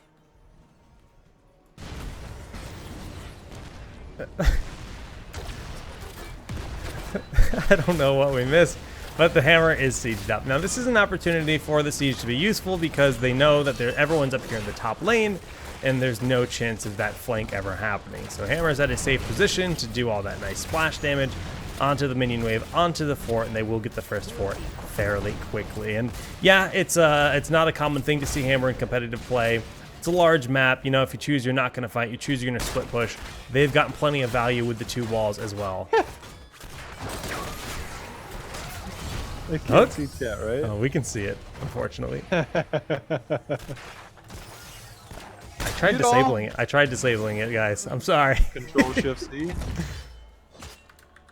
Let's see if that works. I don't know if that only works in replays or not. Yeah, it gave me like a... I don't know. We'll see. It turns my mouse into a crosshair. Okay, just gonna throw random thoughts out there as fans in a bit of trouble. At level Good heal. 13, Sergeant Hammer has Giant Killer. I think it has probably like 1,000% pick rate. But I'm pretty sure it's the 13 talent tier. Ooh, nice shields onto Akaphase. To where you can actually create a version of a force wall when you use the blast. It creates a debris field basically in front of you, and it's like a force wall. I would love to see that around the Medivh portal. 50? Oh, protected by the way. Forever protected. Dansky, no more protected in the tank yet. Not enough damage though. Okay, I think this is going to be Twin Blades, by the way. We see High King's Quest at level 1. Somewhere out there, there's a Kendrick Swish that is super hype right now. he's probably like, wait a minute. That is going to be Twin Blades. It seems likely. We'll see if and when we get to level 10, if that's going to be the talent. Brightwing phase shifting in. They can look for the re-engage. Peekaboo giving them eyes on. And there's the portal. Akaphase is their target. The hook is used, but so much sustain with the double shields. King Caffeine, all the shields were using Ana. Nothing left for him. Not enough sustain in that fight as 84% was channeled, but now it's going to be Team Freedom's turn to try and control this first control point. Yeah, they're sitting pretty because they'll have level 7 before you know it. They're getting some good soak. Mercenaries were doing some damage in the top lane, which was opened way earlier. And it's up to 25%. Yes, there's still potential for Gale Force to collect 7 and contest this point, but it's going to be a small window where they're going to have that chance. I really want to see that Hammer talent. You knock them back while simultaneously creating a wall so they can't step into their portal. I don't know if that works, but I'm theory crafting, and it sounds amazing. That would be cool. All right, Tiro's going to use this ramp to actually slowly approach. He's not sure if he wants to because his team's not quite ready. But 7 has been picked up here for GFE. They need to get in position to challenge this 84 to 84 on the total counter, and GFE is making their move. Yeah, they're going to have to stay in here. Obviously, there is the overtime mechanic that will be here, but it requires you to be on the point. King Caffeine is just getting annihilated. Cure going in for the auto attacks. The Hungry Arrow is going to bounce over to Akaphase, allowing King Caffeine to stay alive. Very, very close there to getting the kill onto Zarya, but Team Freedom did pick up the mech, and they're going to push down this middle lane that Jake, they softened up real early. Yeah, dude, it's definitely going to be a nice push here from this, with this fort being low, the top fort being open as well. Should see at least the one go down, possibly both, with 40 seconds on that ticker for the Protector. And yeah, I mean, Sergeant Hammer's going to do handily defending with the siege behind structures sometimes, but there's a pretty solid cast range for this vehicle in particular compared to the other ones. It's being forced off for the moment. They did not finish that. I think they were afraid to stay in too long as it's getting burst down. Oh, good defense. But they did have it Stitches and Varian putting good pressure onto the top as well. So the split value, you can see the experience speaking for itself, and these forts are, you know, they're a tickle away. Uh-oh. By the way, Varian did go second wind. We are going full Twin Blades today, Jake. Dansky wants that poke, and that's going to do it for the fort. So they did end up getting it just after. Hook goes out. Good juke from Udall behind the wall, making sure he's going to be A-okay. But 10 is so very close right now. I like that we're getting the soak here because it's essential for Gale Force. They're getting the mercenary camp. Shouldn't be enough pressure to challenge us, but Caffeine is pretty far forward. King Caffeine's going to be in trouble. He's got that bonus healing from the grenade from Ana. It's going to allow him to get healed up nice and healthy there. But we've got level 10, and we've got ourselves a Gorge. This is a rare situation where that siege from the Sergeant Hammer has been getting a lot of value. Yes, they get the kill onto King Caffeine. The death of Tyrael maybe is enough, but protected could be a problem. Collusion is so very low. We have the level 10 coming in, locking Fan out for the easy hook, but the shields and the heals should be enough. No hook available for this next hit. He's gonna look for the slam. The poison should be shy. Oh my goodness, the portal. The portal is so clutch. Kira going in with no regard as he does confirm the kill. You said Collusion on Stitches. Collusion is their support player, but again, I did say before Team Freedom, Collusion was a tank player. So I think they're having a little bit of fun with the show match right now. Yeah, man. Flexible team for sure. Now Flex in a 2-level advantage. Heroics a necessity. You know, for sure right now for GFE. Just trying to grab those before they do anything too risky. Dansky's keeping eyes on. How's Master's Touch doing? 18 stack. Okay. Did I ever ask you the question? Which one? Hold on. All right, Random Vengeance trying to peel here. D-Shift does get off, but he's so very low behind that Sanctification, using a safe position, but Akaface barely making it to that, and even in the end with the shields flying through, I'm not sure if it's going to be enough. They're keeping him for alive for a long time, but Nazmas with the Twin Blades of Varian has decent pressure, does find the kill. Kira diving deep, will lose his life, but gets the kill onto Vala. And it's a 2-for-1 favoring Freedom. Looks like it'll be a 3-for-1. The beautiful coming in from Collusion.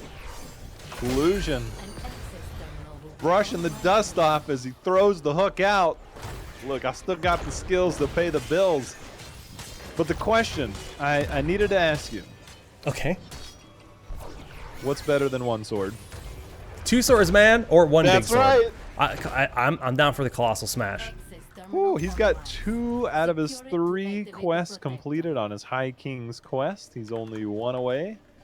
So, That's you know, shabby. obviously extra auto attack damage is always a good thing when you're a Twin Blades Varian main.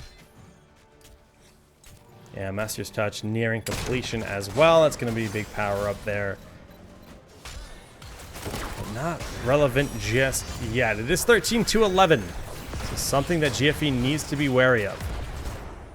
Ooh, the hook just barely missing. They're trying to get some poke in there, but Brightwing keeping everybody up with those passive heals. Nasmus going in. Fan taking a bit of damage there on the Sergeant Hammers. Forcewall's got Zugrug in a bad spot, but he's going to use that Emerald Wind to disengage. That's value for GFE. Getting the Emerald Wind burn makes that Brightwing a lot more vulnerable, but Tastar the Medivh is still a thing and a problem for them. Expulsion Zone denying most of the value out of that, but protected is just too much for Varian to be killable. K1 Pro live in, but the hook and the Rain of Vengeance perfectly spaced there to put heavy pressure on Fan. Did we get? Brightwing just went down and bribed the camp to grab the heal for the team. So that's going to give them another bit of utility for this fight. Turret count, I think, is 0 for these teams right now. I think the last one was just used in that team fight, as we've got 40% on the control point, but the portals are going in, and with 13 tier advantage, they are just pushing as it's now 14 to 11, soon to be 12. And that was, you know, in the end, just costly across the board for GFE. They stuck around. They tried to make the fight happen. They did not lose anyone, but they didn't get any advantage, and they weren't able to catch up in experience whatsoever. They're now trying to make that happen. They got Hook Gorge portaled onto Fan. The Poly will make sure that Fan cannot get away, and another really clean kill on that Hammer. I'm loving this Stitches play. You mean Twin Blades Variant? You're right. You're right. I thought so, Jake. I knew you better than that, man. Knew you better than that. But yeah, Collusion showing that he still is a very, very skilled player. He just happens to play support now, but he used to be one of the best. Are you saying support players aren't skilled? I think that they're one of the most skillful. Just ask Morales players. Press Q.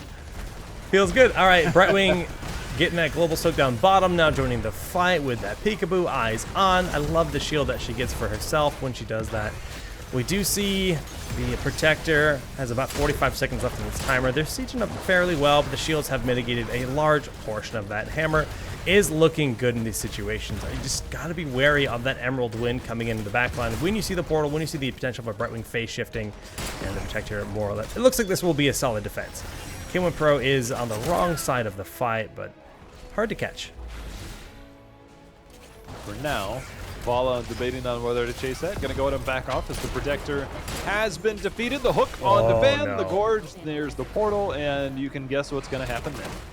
I was curious if he was going to try to invest in Sanctification, but there's just too much pressure on the rest of the team. If they could have got there, they probably would have done it. But Nazmas and Zugrug, doing the 2v3 right now. Keeping Aka Face honest because he is so very low. Speaking of low, he is now dead. Nazmas getting away with a sliver of health. Emerald Wind getting ultimate value, also pushing them apart.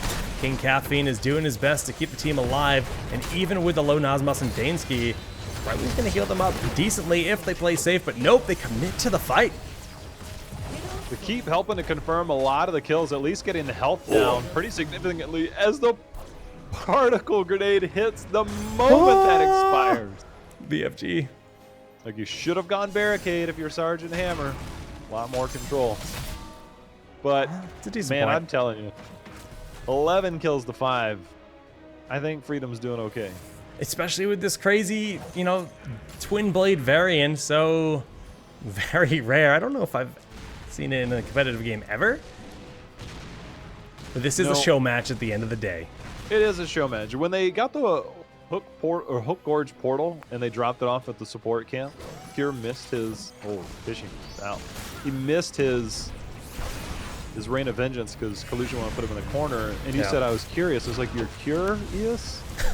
I was like, oh, okay, that's not a joke, but at first I thought you were...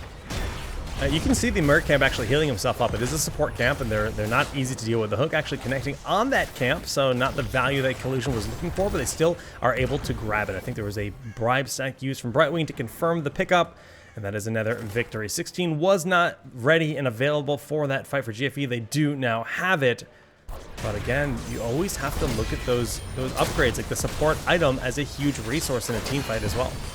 It's a really big resource, and right now the banner has been taken down. They've got the extra healing. Akaface obviously starting to pump out more and more heals as this game goes on. Hook onto Stitches, or onto Hammer could be deadly here. Actually looks in the middle, finds King Caffeine, and that Zarya, where did they go? Across the moon. King Caffeine will throw the expulsion down, but that's going to be his life spent. Just too much pressure with the Stitches Medivh in this game. I started to see some big heals, and I started to wonder. I had to look at the talent choice. Sharpshooter was picked up by Ana at level 16. If you're good at skill shots, and if you're feeling pretty good about it, or you have big, beefy, slow targets, Sharpshooter is really good because every time you hit a hero consecutively, it increases its healing by 5% more each. That is a significant amount. When you keep this stack, the heals are plentiful, more than plentiful. And it's interesting to see that over the other talent, which your Qs are empowered by your auto attacks, but not what we're seeing here. We do have Sanctification being cast at the last moment. Fan getting the attempt with the siege in the backside. Not too much value from that there. Not 100% sure what he was doing back there. Oh no, Akaface is in all kinds of trouble. This is just too much with the hooks and the portals. You have some of these heroes like Ana, where if she's caught out, she has no self-heal. She can drop the grenade, but it's a long cooldown, and it's not a big heal. And she has no mobility either, so she just kind of dies. It's a tough thing when you run solo support Ana. That's Tassadar's there, but he's not exactly healing her. So it does make it a tough go sometimes. And that's one of the ways, if you're playing against a solo Ana composition, just dive right past them. Ana cannot heal. Yes, you can hit your grenade, and that's about it. And it's a very easy thing to burst through. So if you're playing solo Ana compositions, you're very vulnerable. If you're playing against them, they're vulnerable for you to attack. Okay, Stitches is looking for a hook right now, considering the option. Now you can use tools like Medivh or Peekaboo from Brightwing to find those hooks, but nothing happening just yet. It is a Varian driving and a Vala shooting. How thematically appropriate for this Protector. laser going down, and you could see Dude, doing the a damage. tremendous amount of damage. Akaface just ate that, and he is under assault back there. Yeah, every single skill shot from Vala from that protector was aimed at Ana for that, and the pressure was real. They do end up committing Force Wall and Expulsion Zone after everyone has left the portal, so Expulsion Zone, a meaningful resource that will not be available for the rest of this defense. Gonna be a hard defense to keep alive. Zach, Protector's eating a lot of damage. The portal's out is there, but Nasmus is like, I am Twin Blades variant. I will stay on this key. He is still there. All right, they use the Emerald Wind and the Polymorph to seclude K1 Pro. Sanctification is forced out if he values his life. And that's a hook with the max range, bringing K1 back on in. Down he will go, but the explosion protected might have been used too early. Kira takes a lot of damage, but Nazmas was getting some good peel for his team. Force Wall keeps him in, protected, by the way. And wow, the leyline seal. Feels bad, man. Caffeine, he's gonna die. Fan's gonna die. Is this game? This is game. Just like that. Pain is temporary, not enough to keep Zarya alive, as Nasmus, Twin Blades on the core. Other than a full stack Butcher, there is nothing more terrifying as Nasmus going to town. That's going to be Team Freedom with 3 games won so far. Best Stitches, too OP. And I agree, man. Collusion made so many impactful plays with the hook, the portals, the gorges, you name it. Make some of the force walls work against them at times. It felt, honestly, it didn't seem like there was much of a contest in some of the fights. 18-5 in the kills. Vala, Kira and Vala went to town on that team. I don't know how much of that damage was protector damage from being in the mech. It's 70, almost 78k damage on Vala. Pretty significant considering the next highest in the game was Udal and Tassadar with 55.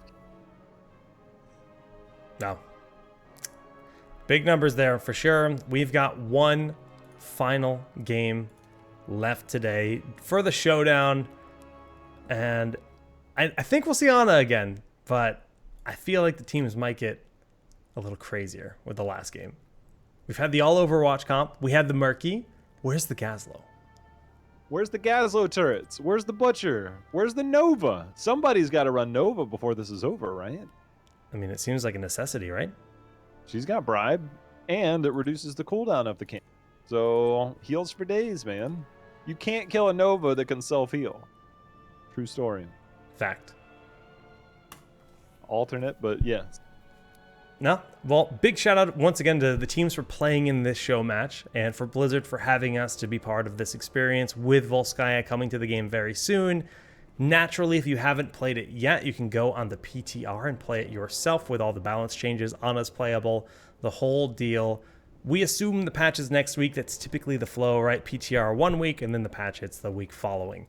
Just gives them some additional eyes on the game to make sure there's nothing game breaking they need to fix before it goes live for the real people that play on the live server.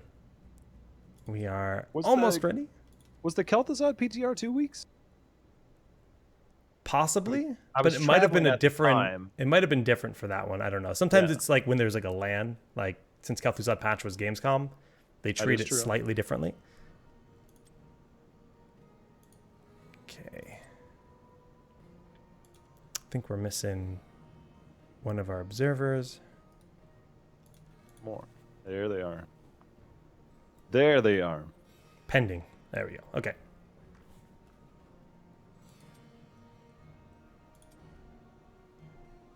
One last time, we're going to get... And I tell you, we talked about the opening part of the show. I love this battleground. I think the single point control, single point objective is... We haven't had a single point objective in multiple maps. Like we've had Towers of Doom, we've had Brax's Holdout, we've had Warhead Junction, we had Hanamura. But this is our first single point objective map in a long time, and I really, really like it. I think that it just, everybody knows where to go, everybody knows when to go there. The objective seems really cool. I think there's going to be some interesting strategies that develop. Obviously, the meta today has been unique, to say the least. but I'm really looking forward to seeing how this map plays out. Me too, man. It's definitely a nice taste we're getting today, but the meta will take a little bit of time for it to actually form, especially with all the reworks we're getting in the live patch that I hit this week and the PTR patch that is being tested in the tournament today. Lost Vikings retain their perma-ban status by Freedom. Just don't understand why. Maybe they don't like them. Maybe. I'm sure. I mean, it was kind of the same principle when Warhead first came out. It was presumed that Vikings would be OP, and they're not bad, but I think that Team Freedom, Roll20 against Gale Force, so they didn't care for any shenanigans. We'll win in 5 minutes. One of the most insane games I think I've seen. That was ridiculous. That's the HGC record, right? That game from Roll20? Oh, yeah. Ah, that's nuts. Well, Brightwing ends up being a first pick again. She's continued to have that ridiculous value in every sense, really. And she pairs so well with Ana. A lot of Brightwing love today. Yeah. Just a lot of it. The bribe obviously is good, but again, this is with the balance update. All the changes are on PTR.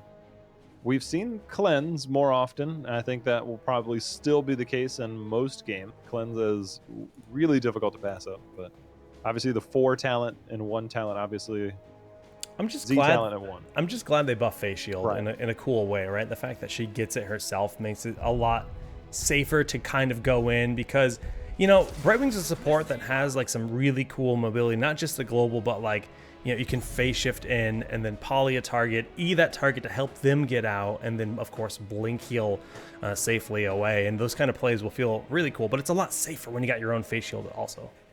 Yeah, I think that is one of the biggest things between the 4-7 talents. If you end up going into that full committal, and sometimes we see that in the competitive scene, Brightwing oftentimes isn't a solo support. Sometimes it is. Fanatics pulled off some really good strategies, but obviously, you know, different strategies for different moments. We'll see. As Chromie picked up here. This is the 60 stat Chromie, not the 80 stat Chromie.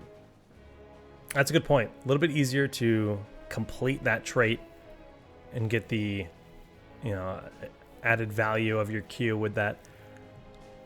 Still a challenge overall, but I think these players will have no problem with it. Medivh has been banned out. They don't want to deal with that again. I can't blame them. That was pretty dominant in the last game. Yeah, I mean, protected status seems to be good at times, I've heard. His Malthael banned out against Gale Force. I'm pumped about the new Johada. I think she's really interesting, and I know, like you said, it's fairly split amongst the community. Maybe we'll get a Falling Sword game. Falling Sword lost damage, but now has a 2.5 second slow applied to everyone that it hits. So it's kind of like a pseudo stage dive in a way, I guess. The Gazlo! It's happening! We finally get the Gazlo. Give him the clamps is finally here. Oh, and in return, we got the Zul Chromie combo. Somebody's going to get blown up, I can tell you that much. That is a terrifying blow-up combo. And even if that's not available, ETC's got the power slide. You've got Poly, so much for days. Yeah. Gazlo, however, doesn't have any kind of response to that. I mean, Robo Goblin, you get armor. Robo Goblin gives you armor, but if it helps. Do it right, you've got to go into the Grabo bomb. No, they don't really have a huge wombo necessarily, so I wouldn't be too surprised if we did see Robo Goblin. But the armor, man, it's a lot. Chen is the last pick. Bringing the Are there a lot of not a lot of stuns to really contest him? What would combo well with the Robo Goblin? I mean, excuse me, the Graviton Surge? Or the Gravo Bomb. Gravo Bomb. Graviton Surge, Gravo Bomb. They're kind of similar. Very similar. Two different heroes. Yeah. But, I mean, I don't know. There's definitely, like, it could be a Hinterland's last game, right? We can't count that out. So maybe they want to go with a big melee. They need a solo lane, though. Yes, Gazlo can do that. Fine. It'll probably end up being him. He is your melee as well. But they kind of don't have that big melee that puts the pressure on, right? You know, you think about trying to go in with a melee. Gazlo's not that. And I'm curious if they're just going to do Gadsonia for the front line and another back line here, or maybe a half support. They're thinking about it. They're doing Probius for another back line. I don't know why you would think anything else, Jake. Clearly, Probius was the pickup here. Build turrets, boys. You did say you needed the solo laner. It could be Gazlo technically, but I just wish they had a little bit more like engage. I mean, yes, Johanna's better than before, but do you know what happens when Chen just presses Q and just says, "That's cool, Johanna. That's cool, but I'm gonna go back here." And there's Falstad, Morales, Gazlo, and Probius, and he's like, "Ha ha ha! You can't do anything about it." It's gonna be silly, dude. It's gonna be silly. How hype chat is. They just saw the Gazlo pick. Oh no! It is hype. That 2-minute delay life. Well, the Probius pick with the Gazlo is certainly gonna be interesting. Maybe we'll actually get like a big nest of turrets and a gust into a nest.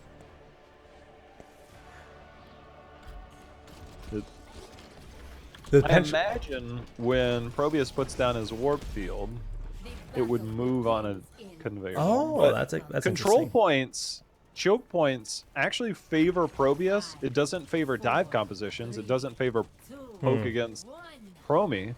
But if you were ever going to get Probius value, choke points do really well for him. Oh man, he's got to be so careful around the Chromie though. Very low health bar on that probe. Chromie is all about the burst. Long range, big damage, easy kills. There's the first pylon and turret being placed, just kind of vying for control here. Brightwing is in bottom right now, so Gazlo's going to look for that rotation to challenge the soak. No one's going to top. Udall, I like the idea of this probe right now. It has to be careful. Okay, Chromie actually threw her W. Wasn't expecting the stun to come through there. Sometimes you don't play that as much. You just kind of let it go. Again, it will be interesting because you get the Bone Prison, you get the Chromie, and it is just... We actually saw... So if you guys haven't been watching a lot of Open Division, Heroes Hearth ran that a couple of times not too long ago. They're actually number one. Yeah, they finished #1 in the Open Division. If you guys haven't been watching that, the playoffs will be in 2 weeks, Monday, Tuesday, Wednesday, the first week of October. If you guys want to check that out, Heroes Hearth looks very promising to go to the Crucible, as do other teams. Actually, I bet there's a fair number of people watching right now that don't know a lot about them. Heroes Hearth has players like Arthlon, who used to be on Tempo Storm. They've got McIntyre, ooh, a lot of damage on the fan, and they also have Crowan. And then LFM was a team that exists in Phase 1, and Ishbu and BBJ were their tank and support. That has made the new Heroes Hearth team. They've been very dominant in the open season. As Jayhow mentioned, not only are playoffs in 2 weeks for Open Division, but a few days after that is the Crucible, where they'll be going against either Lag Force or even in Death, respectively, to try to make their way into the Pro League. They're going to give it their best. And it doesn't necessarily mean it's going to be Heroes Hearth. They have to win playoffs, of course, but seems likely. They seem like a favorite. They seem like a favorite for sure. We've got our control point that will unlock here momentarily. And again, I want to see how Probius does in this situation. You've got the choke points. I want to see if that can be as effective as I think it could be. Okay, Zool's not going to go for the split life. They actually have Brightwing and Zool rotating in, phase shift being used. Peekaboo gives them a good bit of vision, but we do have a nice pylon placement, and again, the control there with the turrets everywhere. Probius throwing the charges down, making that a bit scary to walk through. Johanna trying to get some space also. Arc Reactor picked up before, so if you're thinking you're going to get the cooldown timer on those turrets, not going to happen. I like the attempt from Nazmas here. Yeah, no, that definitely could be annoying for them here. It's just going to be constant buildings and structures all over the place. K1 Pro looking for the retreat, using that little additional speed to get away from this, and Medic has to swap reveal over to Johanna to maintain that presence on the point. Medic energy running low right now, but they use the support item from the camp to heal up and maintain the contention of the point to deny any kind of progress from being picked up. Probius, however, did die. Rip Probius. Bombs being dropped everywhere. Right now, nobody's been able to keep control of the point. It has been a furious fight so far. Collusion's going to go ahead and hearth back for mana. Should have his phase shift available. Join right back in. Going to hop right on the cure. Dansky's hearthing. I guess he doesn't have the well available. Still 0-0. The stall tactics working out for both teams. Zugrug also hearthing in the brush to the left there, under the nose of GFE. They're pushing Collusion off the point. I don't know if Collusion and Kira are the best players for contesting this. They're trying. Good use of that Explodium charge, and we finally have some progress. Yeah, they're going to be in charge of this control point, at least for the little while, and those turrets are helping to man some control in this point. They're going to get cleaned up now. K1 Pro just kind of hanging out. Going to get pushed off, though. 28%, solid start for GFE, but they quickly lose it as the re-engage happens. A lot of filled mana bars from those bees that we saw just a bit earlier for Team Freedom.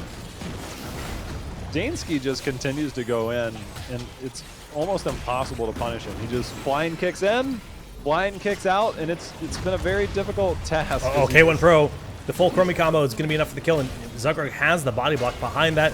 Bone Prison and Poly stacking onto Fan. It does have the barrel roll, trying to live here. Q coming through, not quite connecting. It is 33% for GFE, still 0 for Freedom, but now changing that. Ooh, the poison in the Q, looking for Fan. Walks away with just over 50 health as he's going to go ahead and back on out. Now the control point has been obtained and starting to channel for Team Freedom as Nasmus has been putting pressure up in the top, getting them a slight experience lead, at least for the moment. They're going to push back in a little bit further. Falstad going to rejoin. We'll see if Gale Force tries to re-engage. Yeah, it's very even in the XP-wise. We don't see any mercenary camps being attempted or anything. Yes, there is the bribe for Falstad, and yes, that is a resource they could look to use later. Not right now, though. Zool out of the fight. Probius out of the fight. Gazlo. Very nice safeguard there, but the Bone Prison can keep him locked in the phase shift coming down for the Polymorph if it is needed. K1 Pro slowly but surely getting healed up from that medic, but Chen gets blown up as he was just stuck in there a little bit too long. I thought there was no way K1 Pro walks out of that, but Akaface just kept the beam on him. The safeguards were on point. Yeah, safeguard is huge. Morales sometimes can be pretty decent. And she did get a little bit of love in this patch. The live patch, I think she got a little bit more HP, 2-second cooldown between when you stop your healing and your energy starts regenerating rather than 3, and that's significant, of course. But all in all, yeah, looking good from Akaface here. Not too bad at all. This has been zoned out. You get that kill onto Chen, and you put 2 people in there, and you only have a few bodies. And they have not been able to get much progress here, so that kill was timely. Oh, yeah. Fan going to continue to dodge shots. Collusion and Zugrug hop on out of the protector. K1 Pro gonna have to use that Graviton, or the Gravel Bomb to pull Chen in and get the kill. Well worth it, though. Saving his own life, getting the kill. That means a little more XP provided for their team down there. Probius sieging up with so much stuff all over the map right now, or all over the fight. The Bone Prison might be too much. Safeguard's going to be there. He dodges it. Gets on the right side of the Emerald Wind coming out from right wing. The Emerald Wind opened the gate for him, too. I'm hype and I'm disappointed at the same time, Jake. I'm hype and disappointed at the same time. Fan in a weird spot there. Yeah, that was not a part of the map. We got Gravel Bomb, Jake. And we've got the old school Hinterlands Blast. Except we have Bless Shield and not Falling Sword. I wanted a Falling Sword on top of the Gravel Bomb. Ooh, is that too much to ask for? Fan was afraid. He wasn't too sure what else was around, so didn't want to go in for the combo. Also low on mana, so it makes it hard to actually commit to. Probably not enough full mana for the full combo if he did try to do that to Brightwing. But regardless, he's going to back up, restore that pool. I'm excited for the potential Gravel Bomb combos here. But here's a fight right on the midpoint. They're here for the moment. King Caffeine is going to be able to walk away. K1 Pro getting bodied by the barrel, though. The Iron Skin is going to allow Johanna to walk through, and K1 Pro is just clear on the other side. He does have the slow on his turrets, so he can put that onto people. And he's switching targets to make sure that they cannot Stage dive. switch targets, and now Akaface is the target. All right, Stim Droned Probius. That's the thing, I guess, as Michael Udall is going to do everything in his power to dance around. And then the flying kick from Chen, putting the pressure on, forcing Caffeine to get some peel in there. Mid-fort will fall for sure. That was a nice stage dive. Very good. King Caffeine doesn't have his Iron Skin available. He does. He's low, though. I love the way the buildings and the wells look on this map. Like, don't get me wrong, Hanamura was cool design-wise. Not a big fan of the overall mechanics. Like, it's getting reworked for a reason, right? But this map is just gorgeous. I love it. I'm telling you, we get to see most of the middle of the map, but the cobblestone areas in the back and the snow accents and stuff. I mean, there's just so much I like about this map. Whether it's the play style, the aesthetics, I'm a big fan of it all. Yeah. We've got ourselves the control point at the top. This is the one with the chokes. This is the one where Gravo Bomb and Hinterland's Blast can really get value. But I'd love to see the flank style coming down and around for Team Freedom if they're going to try and engage up at the top. Ooh, King Caffeine just caught by the full combo. Collusion trying to get that point just about fully channeled, and yes, it's going to be progress for Team Freedom. Looks like Falsehead now finally making his way up. Does find Nazmos, but Chromie a little late with her combo attempt. Michael Udall sitting there as Chen just sitting in the back drinking his brew. Now that is Chen on a treadmill. Let me tell you what that looks like.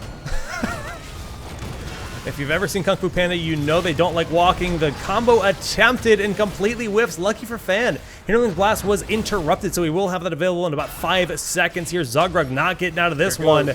The last hit is there. Hinterland's Blast. He's not doing it. He's not doing it. Maybe if they get vision, he'll commit. That could have been the time. They had the chance. Portal, but they already got the one kill. Collusion comes in, but on the wrong side of the wall, and that's an easy kill there for GFE. Easy kill for sure. I don't even know if Van had enough mana there after Maybe that not. last go around. Yeah.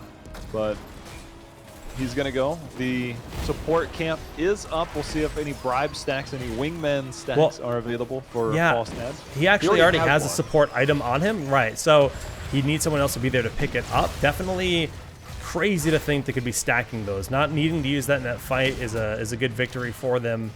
And he's getting that global soak in mid right now. Level lead for GFE. The level lead, it was 77% channeled on the side of Team Freedom. Instead, Gelfor's in control right now, and here's the flank position. Nazmus is going to go in. Pure looking to follow up on whatever he throws out, but the stun, the Gravo Bomb, here it comes. The Hinterland's Blast only catching one target, but it is enough to take down Chen. And look at that Gazlo with the Stim Drone chasing Nazmos.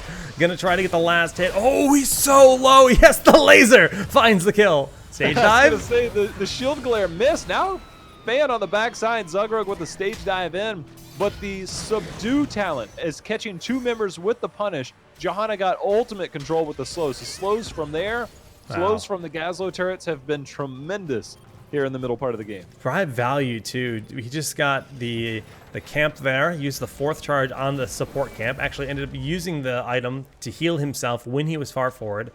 In that last engagement as the stage dive was crashing down. Level 16 is here with a very healthy protector marching up the top lane. It looks like they're going to try to pressure this keep. Oh, they're dancing. When nothing else to do, you dance. Falstad clearing up the bottom lane. We've got Gazlo and Johanna in the protector. They're going to push this in. Would you say if he puts out the shield, you would say your teammates are protected, by the way? Protected, by the way. Oh, but Zugrug trying to put the pressure on the backside where Akaface is, and Nazmos is rotating in as well. There's no Mighty Gust. It is Hinterland's Blast, and not the same kind of peel that you would hope for. And it's going to be a very successful flank as they also use that phase shift of Brightwing to move on in. Dansky's getting a lot of damage on from the Protector, and they do get the Zool. Oh, huge damage from Chromie as well. K1 Pro actually nicely getting pushed away. Thanks, Chen. Turrets. Oh, he was trying to stage dive. Chromie gets the kill. Yeah, and ETC dies as well, though, so it ends up being a little bit favorable for GFE overall. having that additional health bar of the Protector, man. Calf walks right into it. A great read from Cure, expecting him to juke that way. Oh, I love the mind games that Chromie can have. It's rough. The double turrets from Gazlo and Probius just wrecked that team as they walk through there. And I think that was like one of those things like, man, this damage is really starting to add up. Oh, by the way, Gazlo has 47,000 damage. Chromie, 49,000. Gazlo OP on this map confirmed. You know, honestly, that's something we talked about in the very early days, is like maybe eventually they'll make a map where Gazlo makes sense, because fundamentally it just usually doesn't. Who knows? When it's all about controlling a point and getting that channel in a different way, it's not about last hitting minions. It's very different than Infernal Shrines in that regard. It's just about sitting on a location. It changes the dynamic a lot. The dynamic definitely changed as Team Freedom looking to engage as K1 Pro. We do have the vulnerability now on the Bone Prison, but the anti-synergy with the knockback, yeah, not really what they wanted. They had a good attempt, but they're able to look for the re-engage right now is GFV. The heals from Medic are going to be plentiful for King Calf. Bone Prison cast, but Fan has the barrel roll away. Nice use of the Skeletal Mages. Probius, he's got his pylons charged up. Nasmus, the team trying to walk up to engage here. The pylons not doing a ton of damage as there's plenty of shields to go around, it seems like, on the Shield side. City. Yeah, I mean, I looked around, like 3 people had shielding. I was like, okay. That's cool. Okay. Well, it's just Fan that's in a bit of a dicey situation right now. He can you like drift on the thing and fly at the same time? Good question. Remember, does he have barrel roll? He should be Yeah, able to he does. get He over. does. Oh, He has it. Interrupted. It was interrupted. Oh, you're right. He tried to use it. I don't know if he had flight available, but obviously with the changes, remember, if it's interrupted, it's reset to a 10-second cooldown. But we've got a Campa team pushing top. Yeah, that's true for all globals. It's a really good change, making any kind of flight, burrow, phase shift, risky to do in the middle of a fight. So you got to be careful with every single cast. If you know there's a CC available, like that power slide that even denied the barrel roll, it will be a keep at this rate with the siege camp up here and the Gazlo turrets. But K1 Pro is pushed so deep in, I doubt there's a return. Their best chance is to maybe kill Nasmas and get the 1-for-1. He's using everything in his kit to try to stay alive, but it's just buying enough time for them to kill Zool, and I'd say that's a worthy trade. The team was sitting back there just like killing sidewalls, making sure every single thing in their sight died, and they're just like, look, we see up there. Yeah. They just stayed back the whole time. They have level 20 though, at least for GFE. No Gazlo, no Zool. Longer death timer for the Gazlo. And they're trying to contest this point. It'll stop at 99 as long as there's someone there from GFE present. But it's Iron Skin did not make King. That's interesting. If Calf can get on that point. Oh, they're gonna. Oh, barely stepping on as it was ticking down very low. Dansky pressuring Akaface in the back. This is tough. They need Gazlo. And guess what? Zool's on his way. Yeah, Zool's not here. Pylons are charged up again. They're going to try and fight, at least hold on for the moment. That was beautiful from Michael Udall. The way that his shifts, the dimensional warps, whatever they're called, move around on the actual... And his turret. Dude, that was insane. Oh my goodness. Gale Force, they're in hot pursuit. They've got Chromie up there. They're going after Chromie. All right, nice use of the stasis. Nasmas was thinking about the Bone Prison, but a little risky there. The turret's just going around. He's got him on both sides. Now the turret's too going cool. around. Turret, pylon. Yeah, why not? I should say cannon. Cannon, turret, pylon. Photon cannon. It is 61 to 99. Freedom theoretically could position to contest this. They'd have to start moving soon. Yes, stage dive and phase shift are options, but it looks like they're just going to end up giving it up at this rate as Zool is moving up to the top, and they'll prepare 20 tier's a little too scary right now. Yeah, that's a good point. I think the main thing there, we do see Indestructible still picked up at level 20. Epic Mount still picked up for Volstad. And then Caduceus Reactor 2.0. Still the thing for Morales, despite the changes. You do get that extra healing for yourself. So, kind of important if you're a Morale.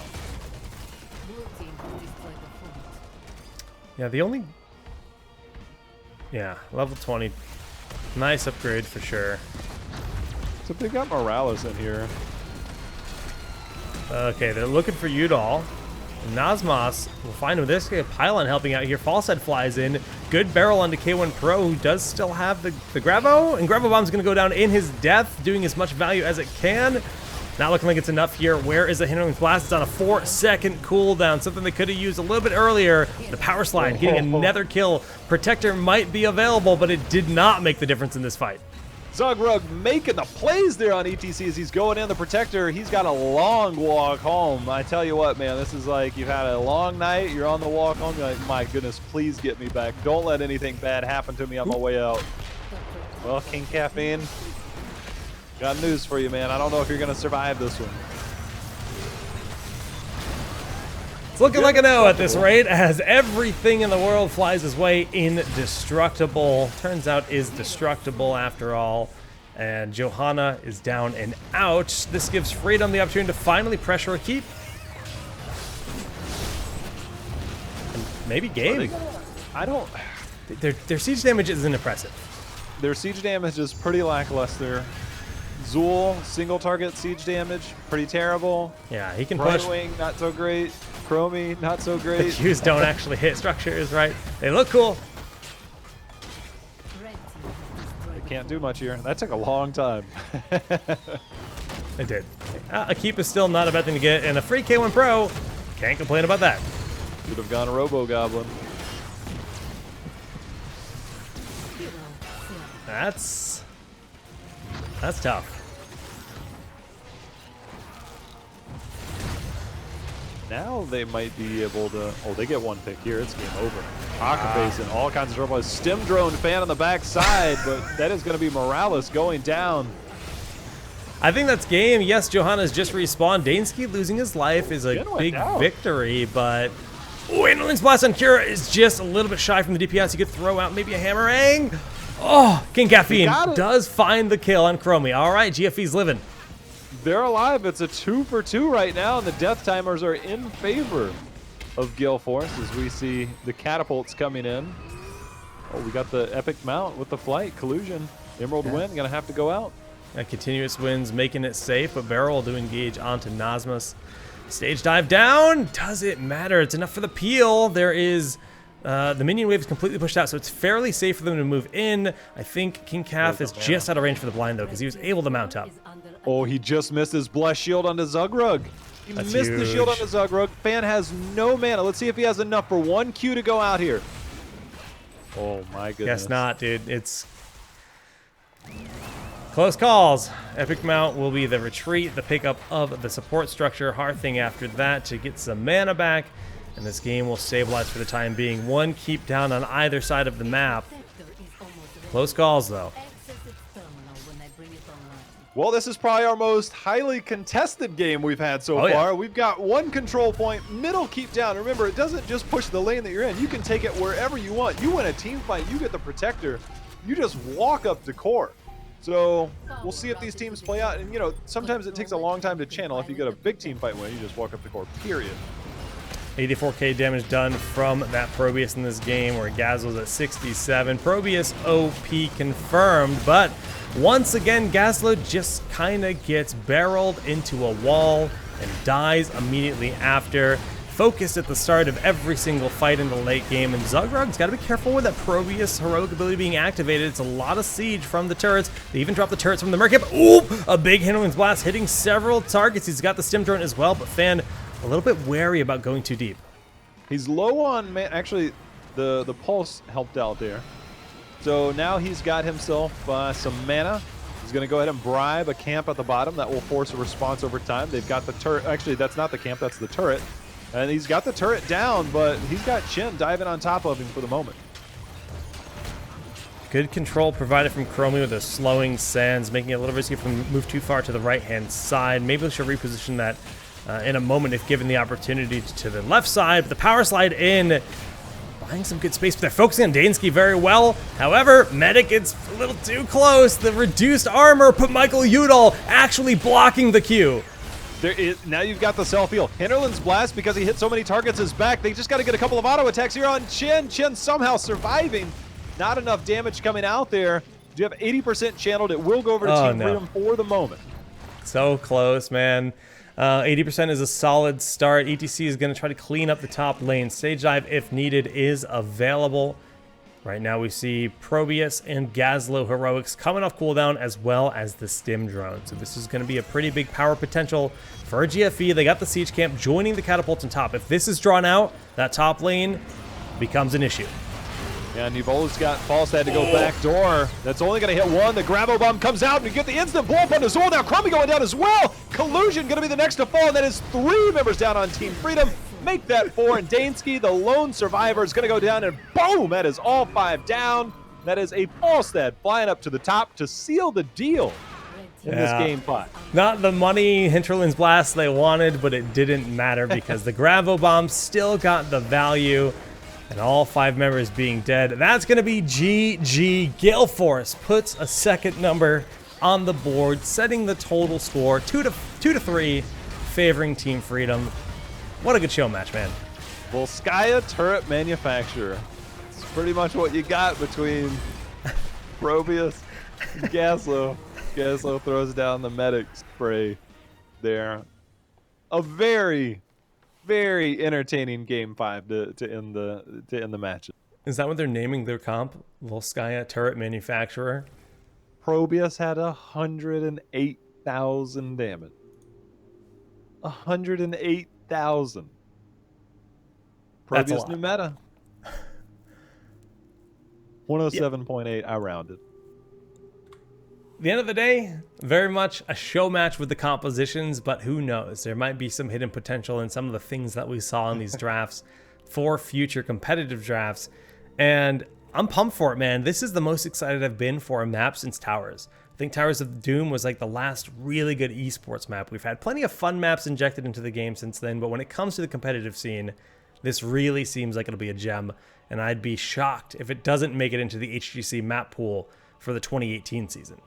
It's a beautiful map. I think it plays well. Obviously, I think I talked about this when it first came out. You know, I was talking about how the potential of a 2-man objective could leave you vulnerable to the backdoor ganks. I don't think it was played particularly well at times, as we saw King Caffeine kind of abandon his backline one time in the top lane, things like that. I think teams that when they go full in on it, you'll see a lot better coordination in that. Unfortunately, it didn't work out that way at times, but nevertheless, I think if you haven't played the map yet, you're gonna like it. It's really fun. The conveyor belts obviously are something altogether weird. The objective is really fun. Love it, man. I love it. Well, I do too. I think it's going to be a blast. Looking forward to it hitting the live servers soon, as well as Anna. Thanks again to the teams for giving us the fantastic games in the Volskaya Foundry Showdown, and a big shout out to Blizzard for having us here. Jay Howe, any shout outs, buddy? And I had a good day today. I'm happy with the way the day turned out. I was very happy that we get to do this show match. Again, Thank you to Blizzard and everybody for showing up. Hopefully, everybody enjoyed these 2 teams showing up, because there's the ones that bring the real show, the real action. And these drafts, man, were definitely worth it. Definitely worth it. Yeah, they were fun. The turret style. Almost, it almost worked in so many cases, but in the end, it did prevail and gave GFE the win. For me, it's a shout out again to the teams, to Blizzard, but for all of you guys, we're going to be doing the Open Division Finals, the playoffs, in 2 weeks' time, and that's just the beginning of October. The same week, we'll have the Crucible. That'll be on Blizz Heroes, but it's twitch.tv/arcane8 for HGC Open Division. If you're curious to check out, it's an 8-team double elimination tournament that serves as a playoff, where the top 2 teams at the end of the event go to the Crucible. And 3 days long, it should be really good. I think that a lot of people will like that with the double elimination. It's not just a little bit about seeding. And then who do you get early on? Again, Heroes Hearth looking like a powerhouse. We'll see how they fare. Obviously, they've been tested in some of the later part of our cups. Still looking for them to get taken down, but we got a lot of good teams. Donkeys R Us, imported support, who did make it to the Crucible last time. They're all here. They'll all be competing for a spot. I'm super excited. I think this is far better competition that we've had in North America. I know Europe did really well last season. But yeah, both North teams America advanced looking good last this time. season. But yeah, I mean, it's not like Heroes Hearth is invincible in the amateur scene because they lost a game to Numerics, I think, in this last cup, Yeah. which is Numerics is what, like 6th or 7th seed. So they're more than, they're mortal in the amateur scene, and I think they're going to be very good against a team like Even in Death. Lag Force, I don't know. I think it'll be interesting to see where they end up because, fun fact, the team that wins playoffs, there will be a first place team, chooses their opponent. They say, I want Even in Death or I want Lag Force. And that's a pretty cool advantage to have, your choice, because Lag Force looks pretty good lately. I think we probably know who the teams will pick. But we'll have to see. You got to get there first. Don't look too far ahead. You got to win. You got to win first before you get to pick. Well, thanks again to everyone, and thanks you all for tuning in. Be sure to watch the last week of Phase 2 play in HGC this weekend. Week 10 is just going to be Friday, Saturday, Sunday, so that's tomorrow. We're looking towards playoffs around the corner, and before you know it, it's going to be BlizzCon here. So much stuff happening for Heroes of the Storm. Thank you all again for tuning in. GG's and good night.